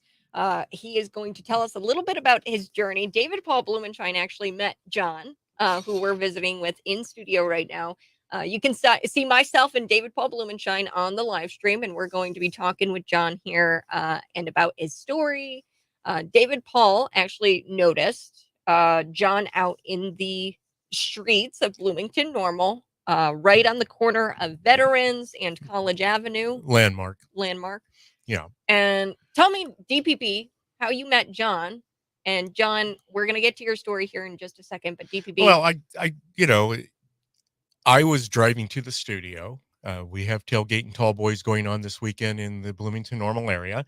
And I noticed John and his family at the corner of Landmark and College Avenue. They had an umbrella set up, and he had his family with him, 2 small children. And I said, I was reading their sign, refugee, and what struck me was that, here they are. They're looking for food, shelter, housing, everything. And it's a human interest story. Once again, we're Bloomington Normal. We are very insulated from most of what happens in the world.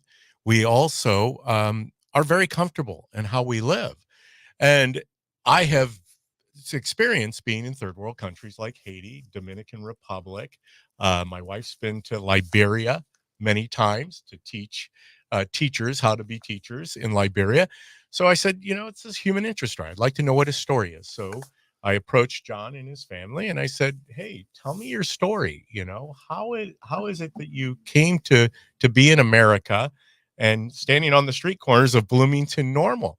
Mm-hmm. And he started to tell me his pilgrimage, how he came to the United States, what it was like to live in Romania. And obviously I don't want to steal his thunder. I want him to tell his story. Mm-hmm. So that's basically how it, right? I approached you, John, on the street and you shared with me your story. So tell our audience how you came to be in Bloomington Normal. I mean, on the first time, I was deciding before the war starting, because we are neighbors with Ukraine, and all the Ukrainians, they run to us in our country, and after they go, Germany, Italy, and wherever they want, because it's the closest country.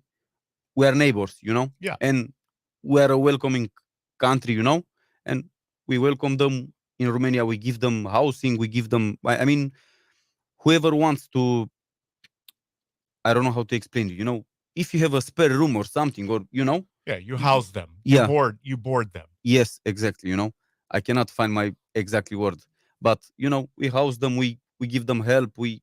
Whoever it's close to the border over there, because especially they don't run too much in the country, they just want to go in other countries, So you're saying the Ukrainians actually were fleeing their country because of the invasion of Russia. Of course, because they are scared, and they left their country because of the war. So they came into Romania. How was Romania doing as far as economically before the Russian invasion into Ukraine?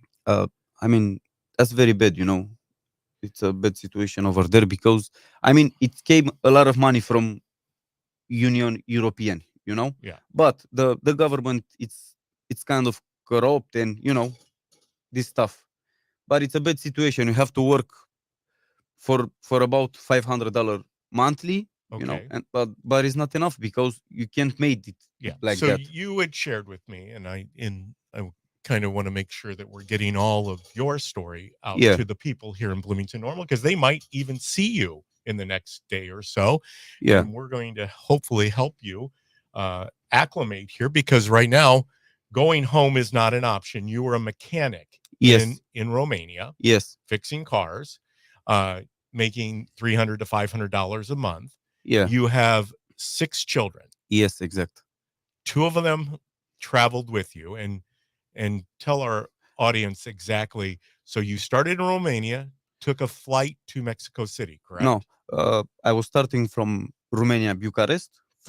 First flight that was in Madrid, Spain. Okay. After Madrid, Spain, that was in Mexico City, Mexico City. Yeah. Okay, yeah. So you routed yourself through usually the channels of when people here in the United States fly to different parts of the world, they have to go through a similar protocol of Spain or England or somewhere, London, because of the connecting flights. But so you ended up in Mexico City, and Yes. and then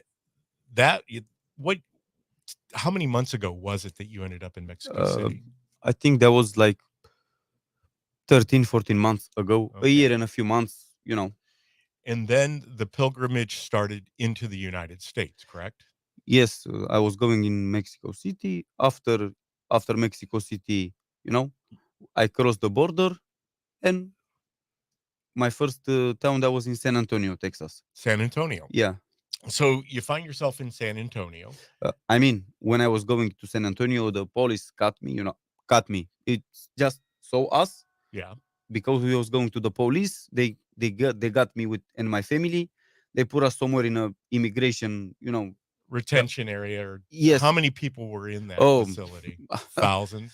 I don't know exact, but it's hundreds every day. They came, they exit from there. It's like, I don't know how to explain, you go there, they give you food. They just got me for 2 days over there, like. So they detained you in this facility, but how did so they just released you? And I mean, Yes. In the first time they took me with my kids. I mean, that was only my girl, because the second kid, my small daughter, she's born here, and they take us, they give us food, they give us, some facilities, and after like, I don't know, 48 hours, they made some paper for us. And so your wife was actually pregnant when you no when you flew over here? No, she became pregnant when you got here. Yes, exactly. Okay. All right. Yes. So how old is your youngest? 11 months. 11 months. Yeah. So now you have a baby, and then your daughter that's with you, is she 4, 5? 3.5. 3.5. See, I was close. See, I'm Yeah. guessing age. I should get a job as a carnival. Yes, bar. exactly. So then you're in San Antonio, and you're trying to figure out, Texas, which is, once again, that brings up how did you hear when you were in Romania that you could access the country through the southern border of the United States? Were you aware that the southern border was a place of access to the United States? I was hearing, hey, you can go in United States, but without a visa. Okay. But after, when you go there, you can apply for the for the green card, but it's a little bit hard to access the green card. Yeah. As an immigrant, it's not like you came with visa. Hey, I need my green card. Yeah. And well, and for our audience, because I know that to respect a little bit of John's anonymity, to keep his, he's not on our Facebook Live, and he's not on Rumble, and he's not on Twitter, but he's on Voice. But if you were to actually see a physical picture of John, this is what struck me the other day. I walked up. I didn't know if he was Hispanic or if he was from Venezuela. He looks like a brown person. So I asked him, I said, John, you don't look like a Romanian. And he said, my people came to Romania from India 700 to 1,000 years ago. Generations, your family has lived in Romania. Yes. And so John, when people see you here in the United States, they would say, because here in Bloomington Normal, we have a pretty significant population of Indians. And that's mostly because of just the hiring from State Farm Insurance, country companies, Rivian, the universities. So we have a lot of a pretty good sizable Indian community. So that's when I saw you, I was taken back. Like I said, I wanted to hear your story. So now you're in San Antonio, Texas.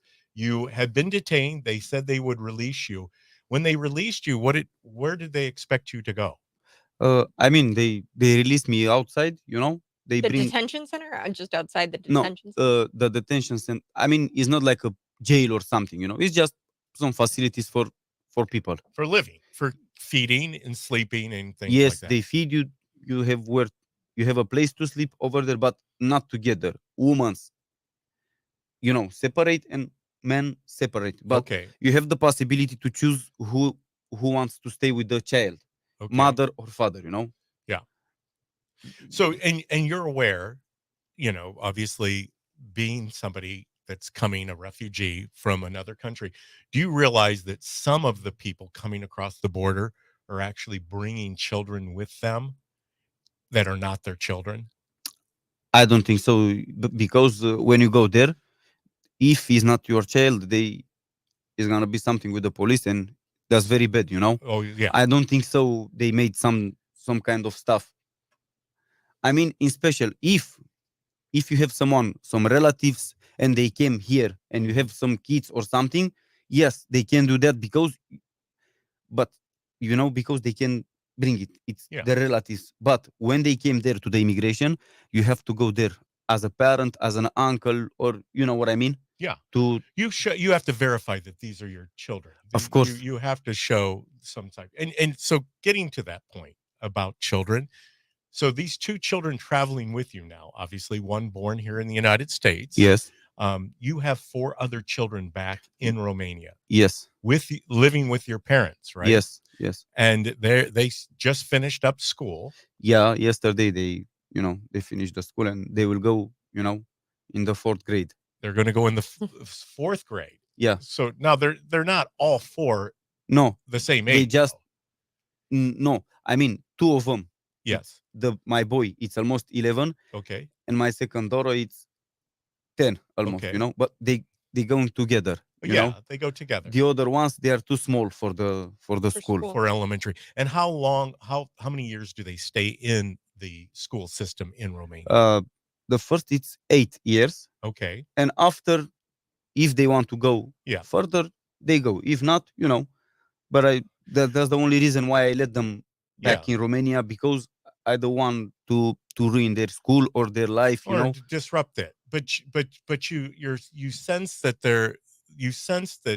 this is not any future for you or your family. You had mentioned to me when we spoke on the corner that as a father, here in the United States on Sunday, we're going to celebrate Father's Day, right? Yeah. And as a father, it's hard to have 6 children in a country where you can only make $300 to $500 a month and afford all of the things, food, shelter.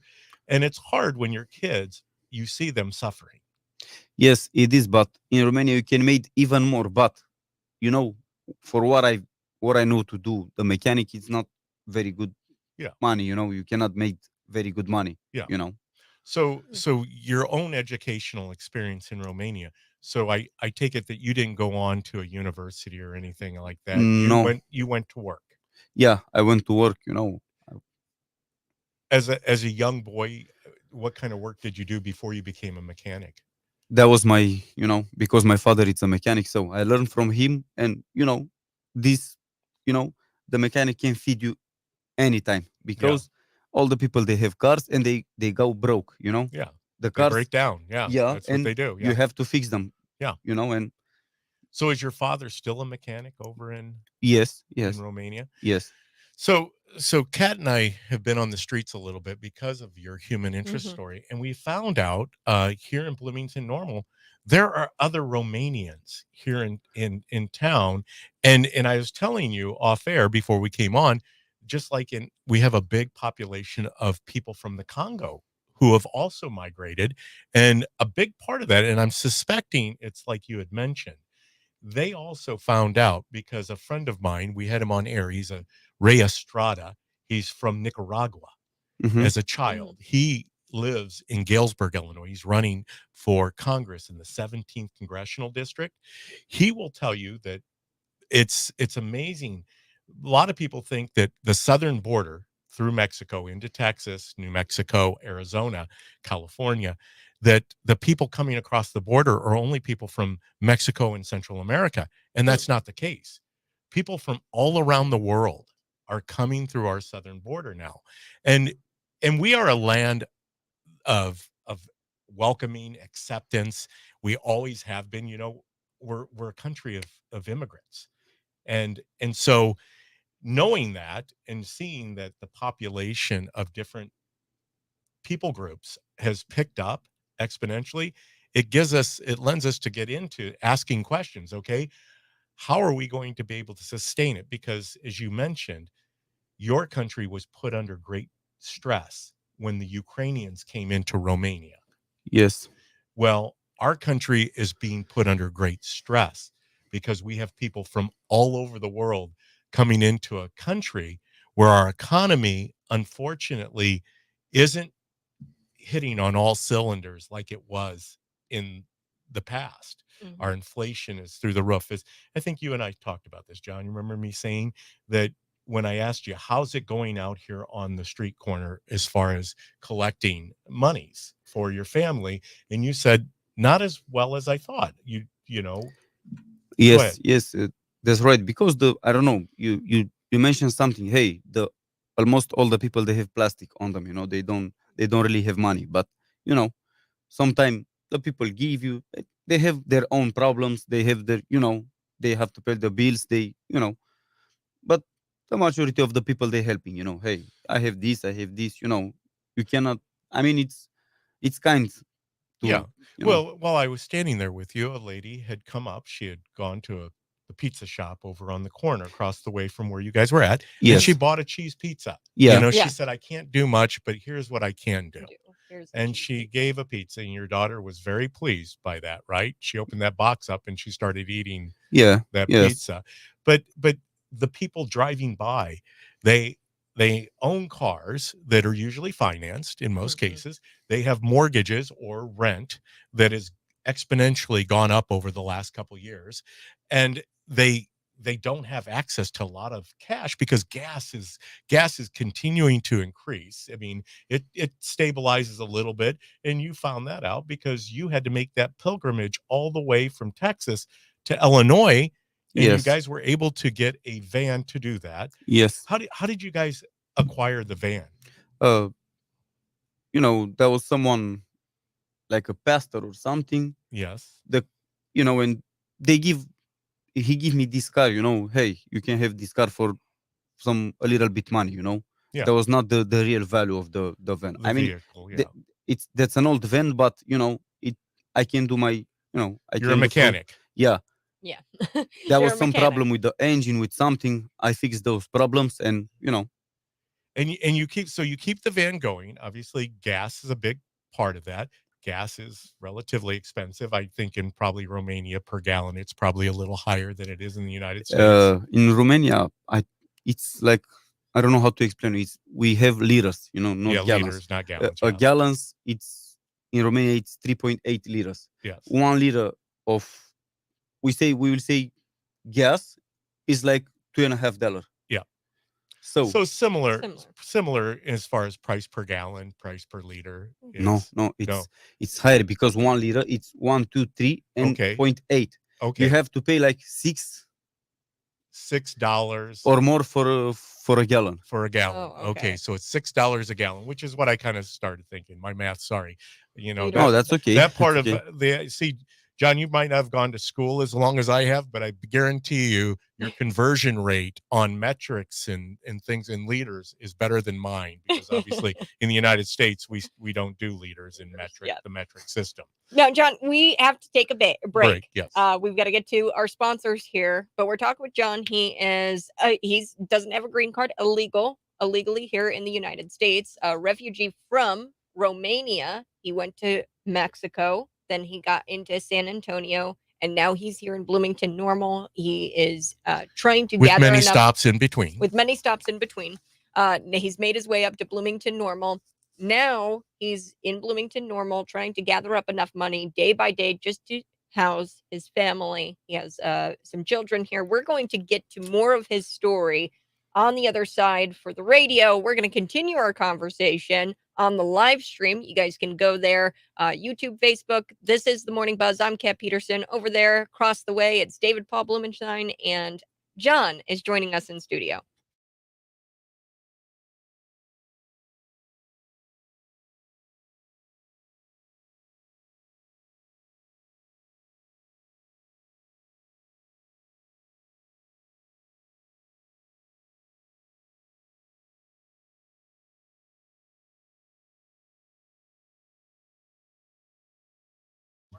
And hear us now. They can hear us now because Kat just clicked us in. So, hey, we're going to continue the conversation here in studio a little bit because I don't want John's story to just be told to you as our audience on Facebook Live, Twitter, Rumble, and YouTube. I want John's story to really get out because this is a big part of what we're dealing with in America and worldwide. There is a crisis. People need to be aware of that. Now, one thing that I want to get to, we're going to come back with your story, John. There's one thing that I want to bring up. So yesterday I went out and I thought it was you. I don't think it was you. I'm going to show you a picture here. I'm going to share it with our listening audience as well. On the live stream, it's a photograph that I took. And I don't believe this is you. Sitting right down here on the corner, opposite the corner that you were sitting on. And let's see. Kat sent me the picture. She goes, "Is this your friend?" And I was like, "I don't know. That's not you." No, that's not me. No, I saw that family there. So he said that he's from Romania too. Yeah. So that was. He also said he was a mechanic. Yeah, I thought for that's sure a popular thing. It's a popular thing. Yes, because it's a lot of people, and you have to do something. Yeah. So So other than being a mechanic, what can you do in Romania? Like, what are some of the other areas of employment? I mean, it depends. Construction. Is there a lot of construction going on in Yes, Romania? a lot. All the people, they build and they sell. They build, new house. It's going up. And they take everywhere. They take grounds and this, and they building and they sell. But you can be also IT. But it's difficult because you have to learn a few years for that. And the software engineering to be into technology and programming and all those things. You're right. Yes, It takes schooling. Yes. And schooling takes money, right? Yeah, it takes money and a lot of time, and when you don't have that money, there is nothing you can do, to go there. Yeah. So we had kind of talked about this, and I'm hoping that we can get, if we have enough time, we'll get to this. But, when we look at the long picture, we had talked about this existence right now is a day-by-day existence for you and your family, your small family, because still a big part of your family is back in Romania, and you would like to get them to the United States someday. Yes.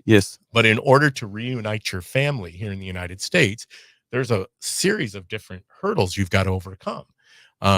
One is continuing the process of getting documented and becoming a citizen of the United States, which is right now, unfortunately, as you kind of are aware of, we have a broken immigration system. Yeah, it is, because you have to spend years here and, to become a citizen of the United States. And somebody like yourself, John, you're probably aware of this, and it's rare, but it's not uncommon. It might be rare, but it's not uncommon. There have been plenty of people who have come into the United States, such as yourself, worked hard, came with $12 in their pocket. They went to Ellis Island, as immigrants, and now they have established themselves. They have family businesses. This is the American way, whether it's Italy, Romania, Africa, India, China, Japan. People have come to the United States and done very well. Are we back on, Kat? Yes, we are going to hop back on, John.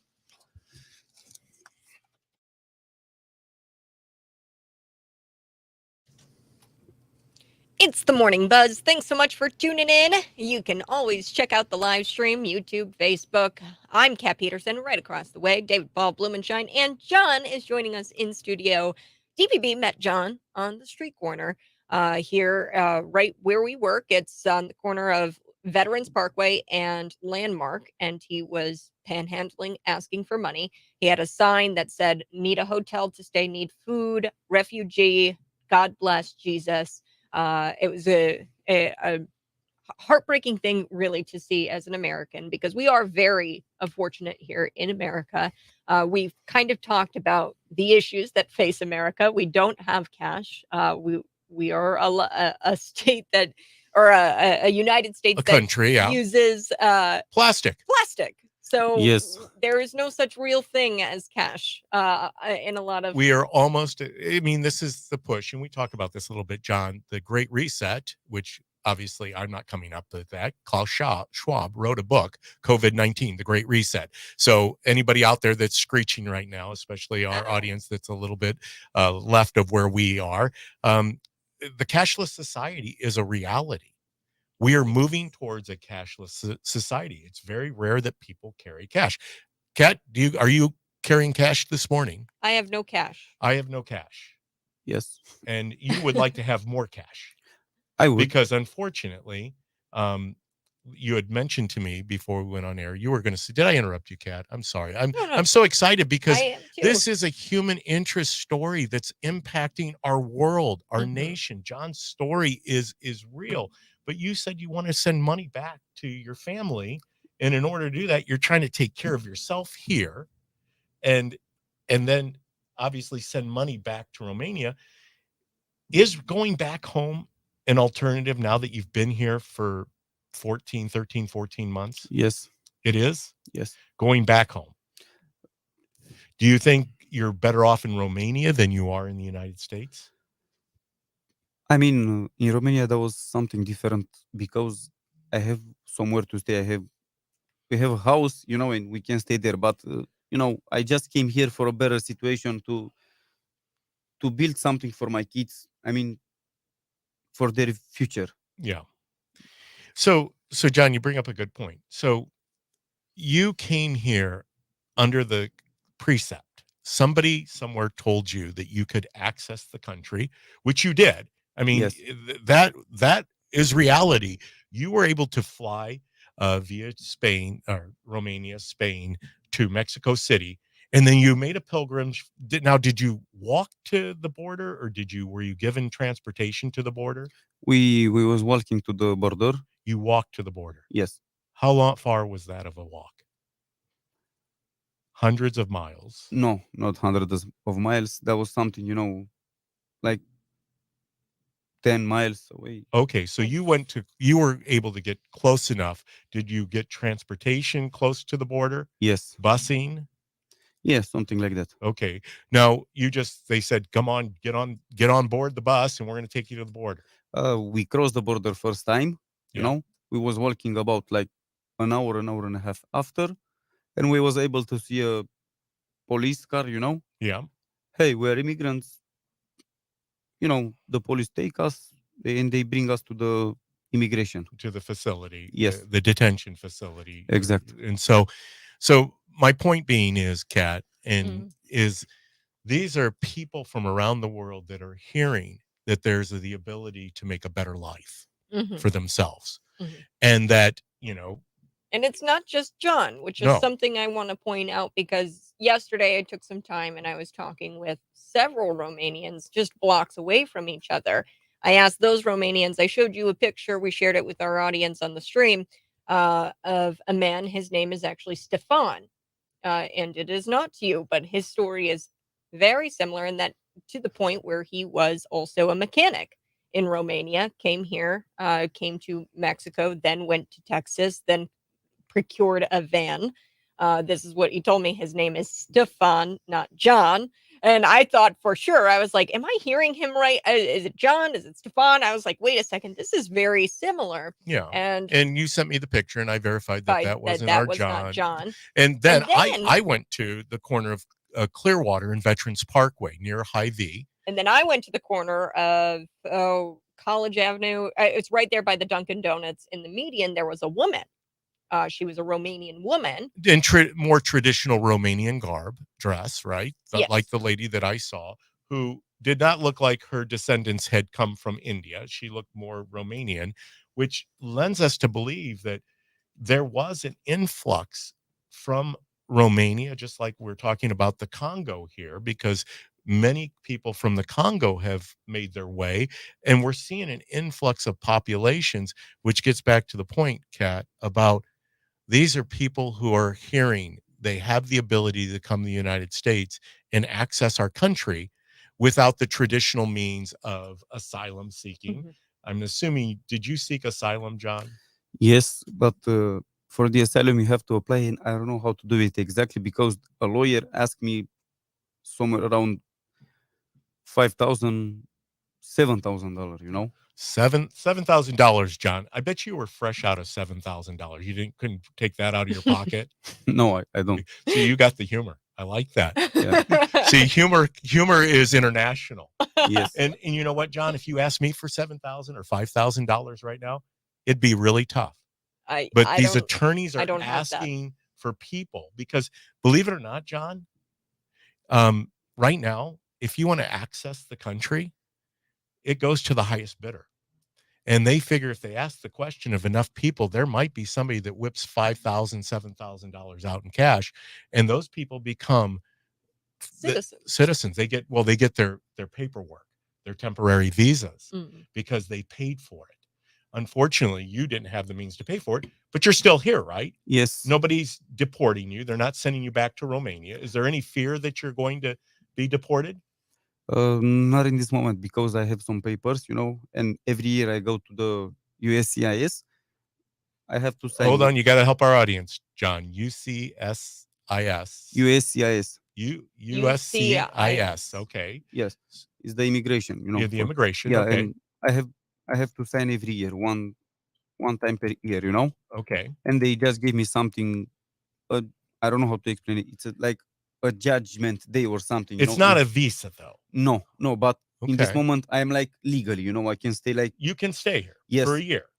No, You're in 2025. Until your judgment day. Yes. Until your court hearing. The court day. Date. Exact. Yeah. A court day, and that will be in 2025. But I know they, you know, they're getting laid off even when you go there. Hey, come back later or something, you know. Yeah. Yeah. What would stop you, John? Are you going to go to your court date? Is there anything stopping you from not going to that court date? No, nothing. I will. You will. Yeah, even if they will deport me, you know, I will go in there because there is nothing you can do. You cannot stay illegally, because if you stay illegally, the first police officer who's gonna stop you, he's gonna detain you.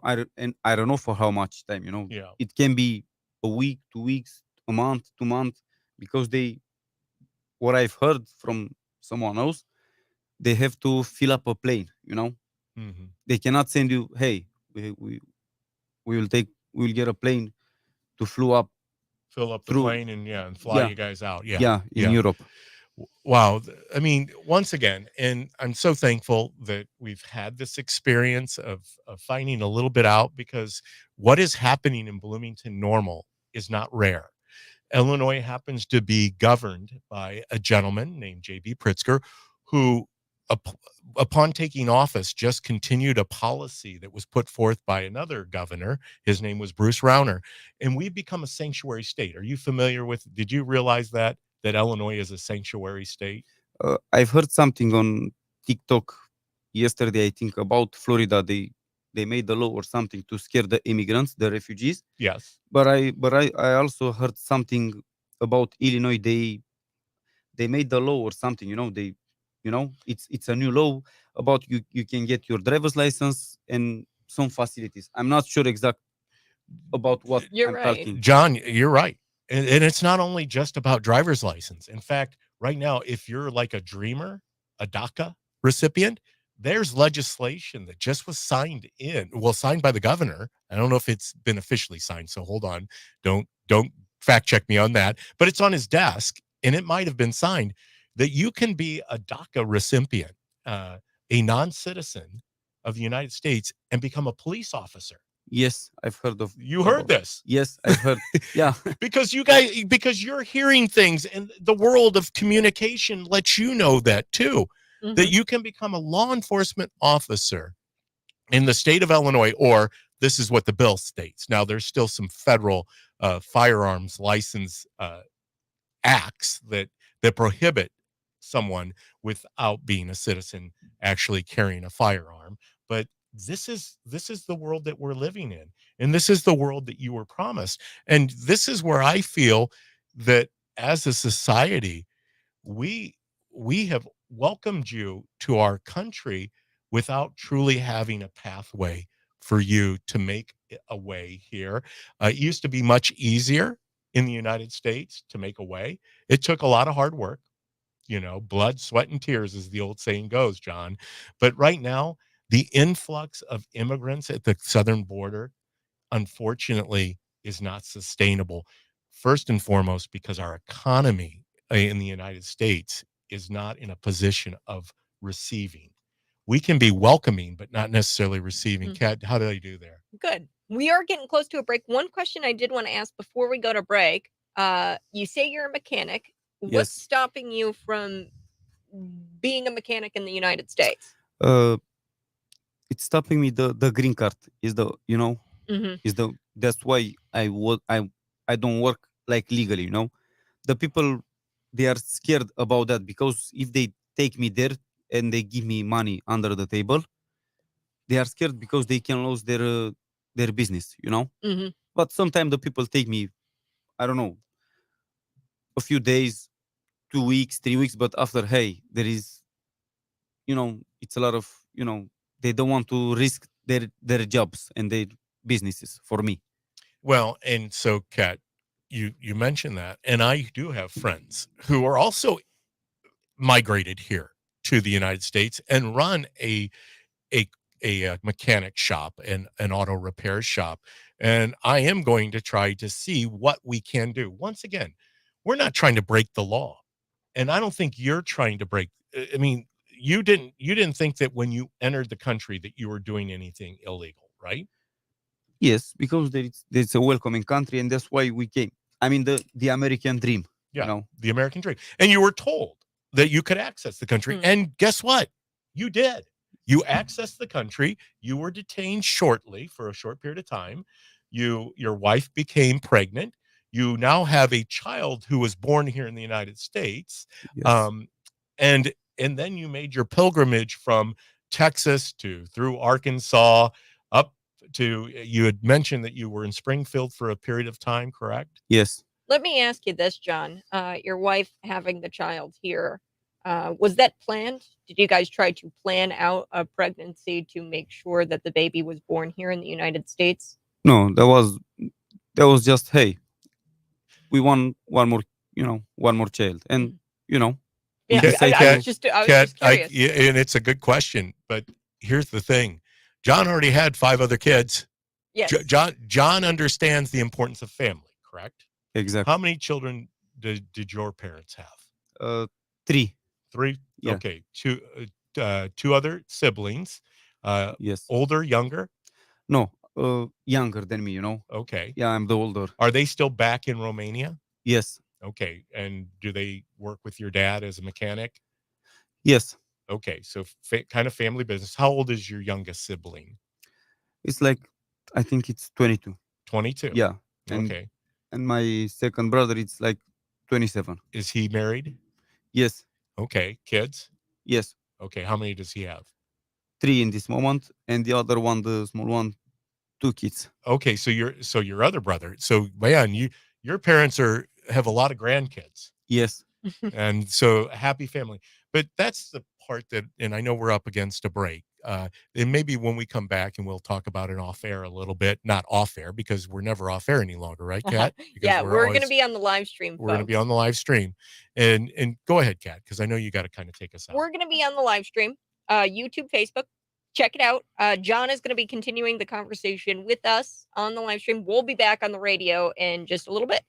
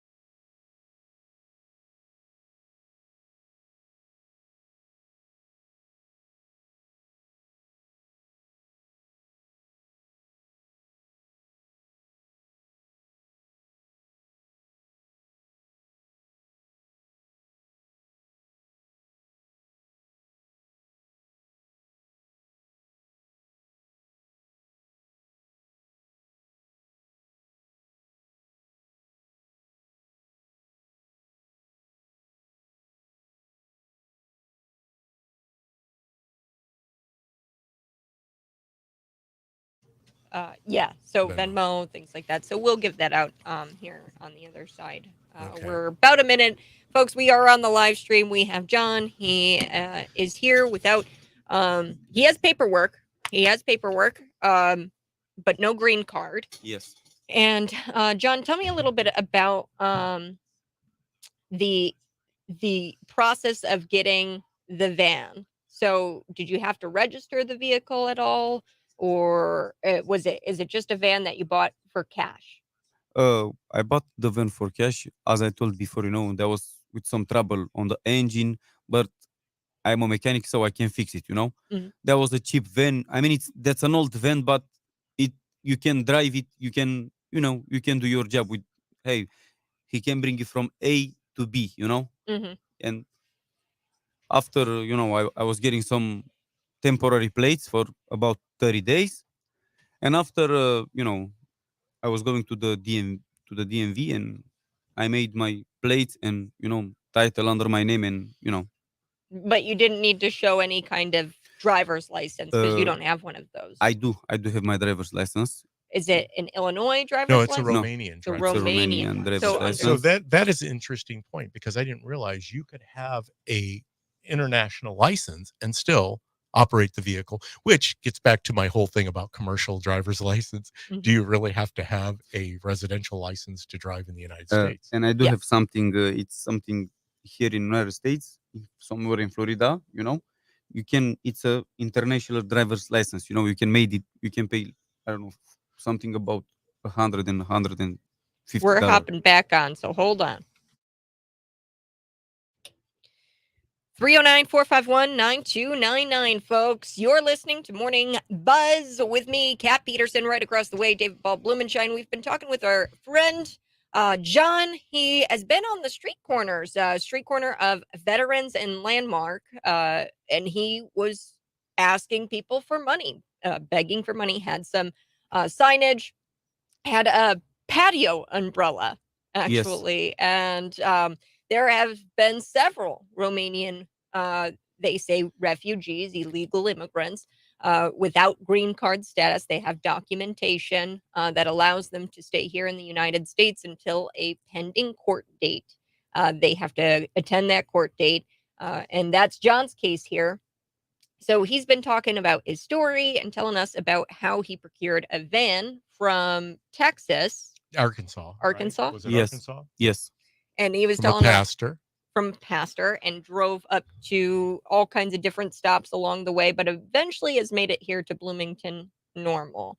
And we were talking about how he procured the van with a driver's license that he has from Romania. So how'd you get like the plates on it and registration? For the plates, you only need your information and one address and your passport. You don't need a driver's license for the plates. So, and you know what? And I know that we're up against the end of your show today, and for our audience, thank you for tuning in, because I think this is something locally that is international, and this is the impact. We are flesh and blood in studio right here in Bloomington Normal with John, who is an example of what we hear about going on our southern border. Don't listen to the guy in the White House, because once again, I'm at the point, Kat, and I'm sure you are, that you can't trust anything right now coming from our federal government. That's where I'm at. I just don't believe what they're saying. They've even said that the border is secure. And here John has told us that there were hundreds, if not thousands of people at the time that he accessed the country there. Well, those people are being, they're going throughout the nation, as John is, and with a hope of the better life, the American dream. He just told you that, and that is priceless. And I'm learning, I didn't realize all the steps that had to go into becoming, a citizen, or all the steps of just being a refugee coming to our country. So, John, we so appreciate you sharing your story. Thank and you. We're going to try to do something for you, John, here, because I love that the fact that a lot of people talk the talk. We're going to walk the walk. We're going to try to help you here in the upcoming days, because we know right now for you, it's a day in, day out existence, right? Yes. You're trying to find a place to stay every night. Yes. Or you're trying to afford to stay where you're staying every night? I'm staying to the hotels, you know. Yes. And so and they expect money, and obviously, Of course, yes, you have to pay every you night. have to pay every night. Yes. So we're going to try to do something. Go ahead. For anonymity, or if you want to stay anonymous, that's okay. I was just curious, hotels, have there been other immigrants that you've run into at these hotels Uh, that stay there? no, I don't, because each of us, you know, you go where is the cheapest hotel or something, you know, Mhm. and close from, you know, from you where you are. Uh-huh. So, and that's the thing, John. I think that, as Americans, we are welcoming and we're accommodating, and we want to, do our best to make a good situation out of this. We care about humanity, right? Yes. It's the human condition. Um, it would be much easier collectively if you came together as a group of people. I know that the people from Congo, they have churches throughout the Bloomington Normal community, and they seem to try to do their best to collectively, come up with solutions, living arrangements. You had mentioned yesterday that, finding a place to rent. And I think you were a little shocked when I told you the cost of renting in Bloomington Normal. Yes, I am, because it's too high. The price, it's, you know. And that's the reality of it here in Illinois, is that our real estate is so inflated right now that rents are also very inflated, because rents accommodate a couple things, one of them being real estate taxes. And that's a big thing in Illinois, just like the gas tax is, which will be going up again on July 1st. So finding a place that's affordable, like a 2-bedroom, 1-bath, I mean, it can range right now from $900 to $1,500 a month. Mhm. And that would be like me asking the attorney that asked you for $5,000 to $7,000. I bet you're probably not in a position to pay that. Yeah, and I think they take advantage, because they know you have to do that and you have to pay Yeah. for this. And hey, I can give you the possibility to pay monthly for Yeah. that, but it's still too much, even Mm. monthly, you know. We've got to take another break. We've only got a couple of more sponsors we've got to get to before the end of the show. We'll be back shortly. This is the Morning Buzz. We're going to be back talking with John and DPB here on the Morning Buzz. It's a Friday, folks. Text in some questions, 309-451-9299.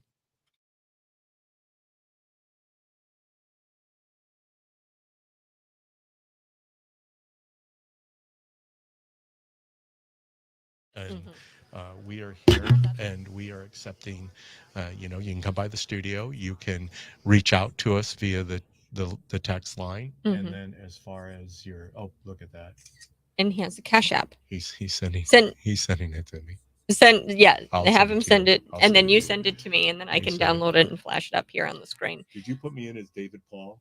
You did not put me in yet as David Paul. I feel offended, John. David No, Paul. not that. You know that I was calling you before, but that's why I wasn't. You just doing have it. 2 words: David and Paul. The Yeah. Old Testament and the New Testament. Old Testament and the New Testament. Oh, okay. That's where David Paul's name comes from. I was always curious about that. I knew it was biblical, but I didn't put that together where it was David Paul. Yeah. So let me ask, are you a Christian? Yes, Very I cool. am.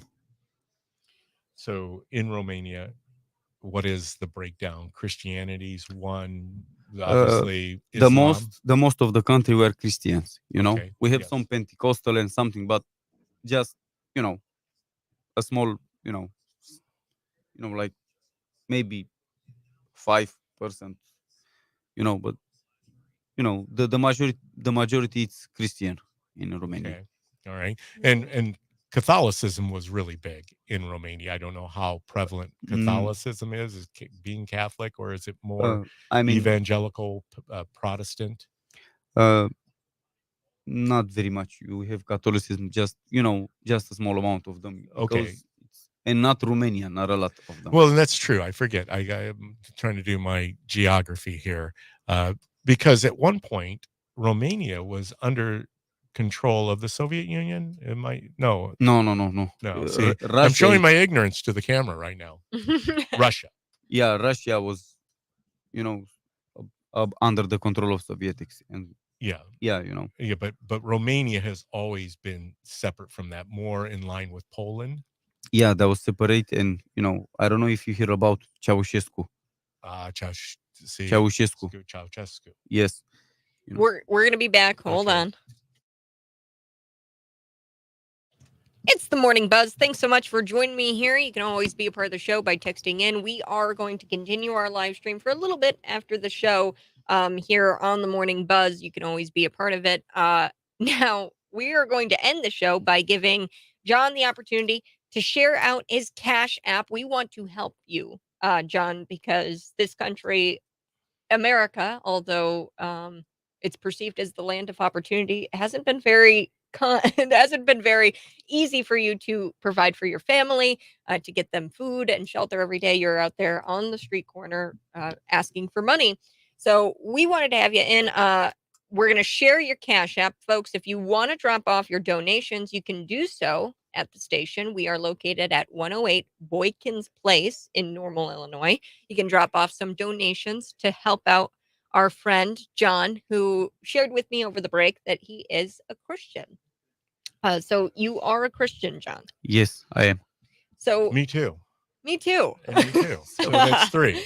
That's three. We're brothers. Trinity. We are brothers and sisters in Christ. Yes, you're right. And as brothers and sisters of Christ, we want to help you. So the way that we're going to help is by giving out your Cash App. So David Paul, you have that Cash App?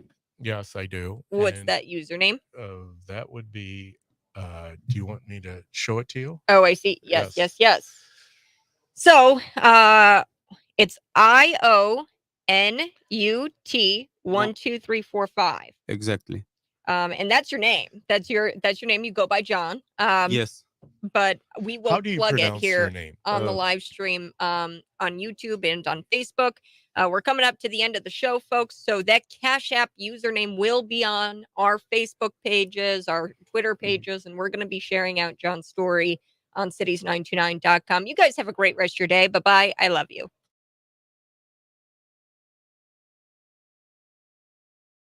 Live. You can also put my phone number there from Zelle. Okay. You know. Did you hear him say about the phone number? You have my phone.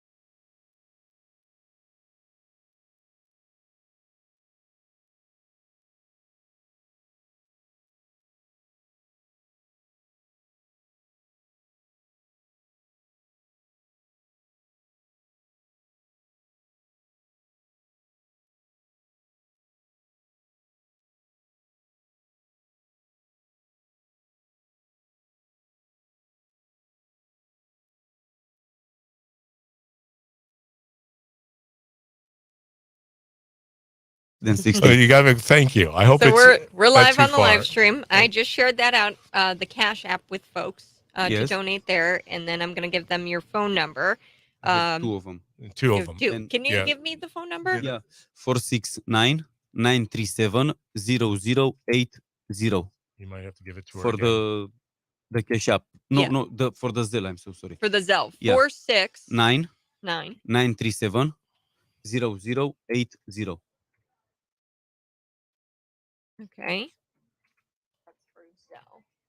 Yes.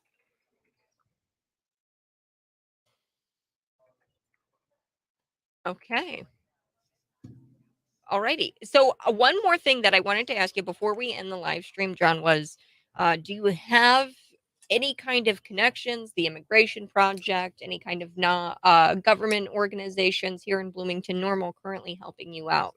No, because I think that's my third day here. Third day, yeah. You know, there was no time to go to see to check for these opportunities. Do you have a list of those agencies? Can we help? Because we can show you where those agencies are. and we can introduce you to some people. Yes, Would why that not? be, would you like that? Yes, yes, Would that help you? That would help you, wouldn't it? yes, Okay, because that's what, once again, you know, we want to be proactive here, obviously. Um, and believe me, for our audience, we understand. We have a plethora of people who are struggling throughout the land of Lincoln. Mm-hmm. That's what they call our state, John, is the land of Lincoln, because, you know, this state is where. yes. Where Lincoln is born, and that's why I was going in Springfield, because I see on my GPS, and I see, Yeah. hey, that's the land of Lincoln. We have to go That's there. the land of Abraham Yes. Lincoln. See, you know, John, you're refreshing to hear your voice here in studio, because you are a true, you know, citizen of this world, because you have such a vast knowledge, being from a different country. And, you know, hearing your experience is probably not the experience that most people would think when you're standing on the corner. They would think, okay, what gives? Why are these people on the corner in Bloomington Normal asking, as refugees, asking for money? And they don't take the time to stop and to ask you questions. Yes. And so that's something that, you know, and believe me, I will tell you that it wasn't me stopping to ask you the questions. The Holy Spirit convicted me, because I drove around the block a couple times and I was going, you know what? I really don't want to stop, and I really don't want to do this, Lord. But, you know, that's our call, to send me. You know, who shall I send? Send me. And that's the thing about immigration, is you're coming here for a better life. Yes. And ultimately you were believing that there were a lot of promises. Now you're finding out there's a lot of hurdles and a Yes. lot of steps to, Yeah. and that's probably pretty frustrating, right? It is a little bit, not, but I'm trying to, you know, just to be positive, not negative, because it's not good when you are negative. It's, Mm-hmm. you waste time, you waste, you're not like as you should be if you are negative, and, you have to be positive no matter the circumstances. Well, the Holy Spirit tells us to be joyful in all things, right? Be Yes, of joyful course. in all And things. you're Yep. being joyful in all things. I watched you with your children the other day, even though it's frustrating at times. You Yes. still are finding joy in the Lord. And that's part of the reason you're sitting here. And it's part of the reason that we're going to do as much as we can to help you and to keep up with your story, because you have a very good human interest story. Mm-hmm. Folks, we are going to end the live stream. We got to get going. A very busy Friday, but John, thanks so much for coming Thank in you. studio. Thank We you are very going to much, pray for guys, you, my both of friend. you. Thank you. And we are going to share these Cash Apps and Zells onto our Facebook page. And if you want, drop by the studio and you can just drop off some cash. We'll put it in an envelope for John. You guys have a great day. Bye-bye.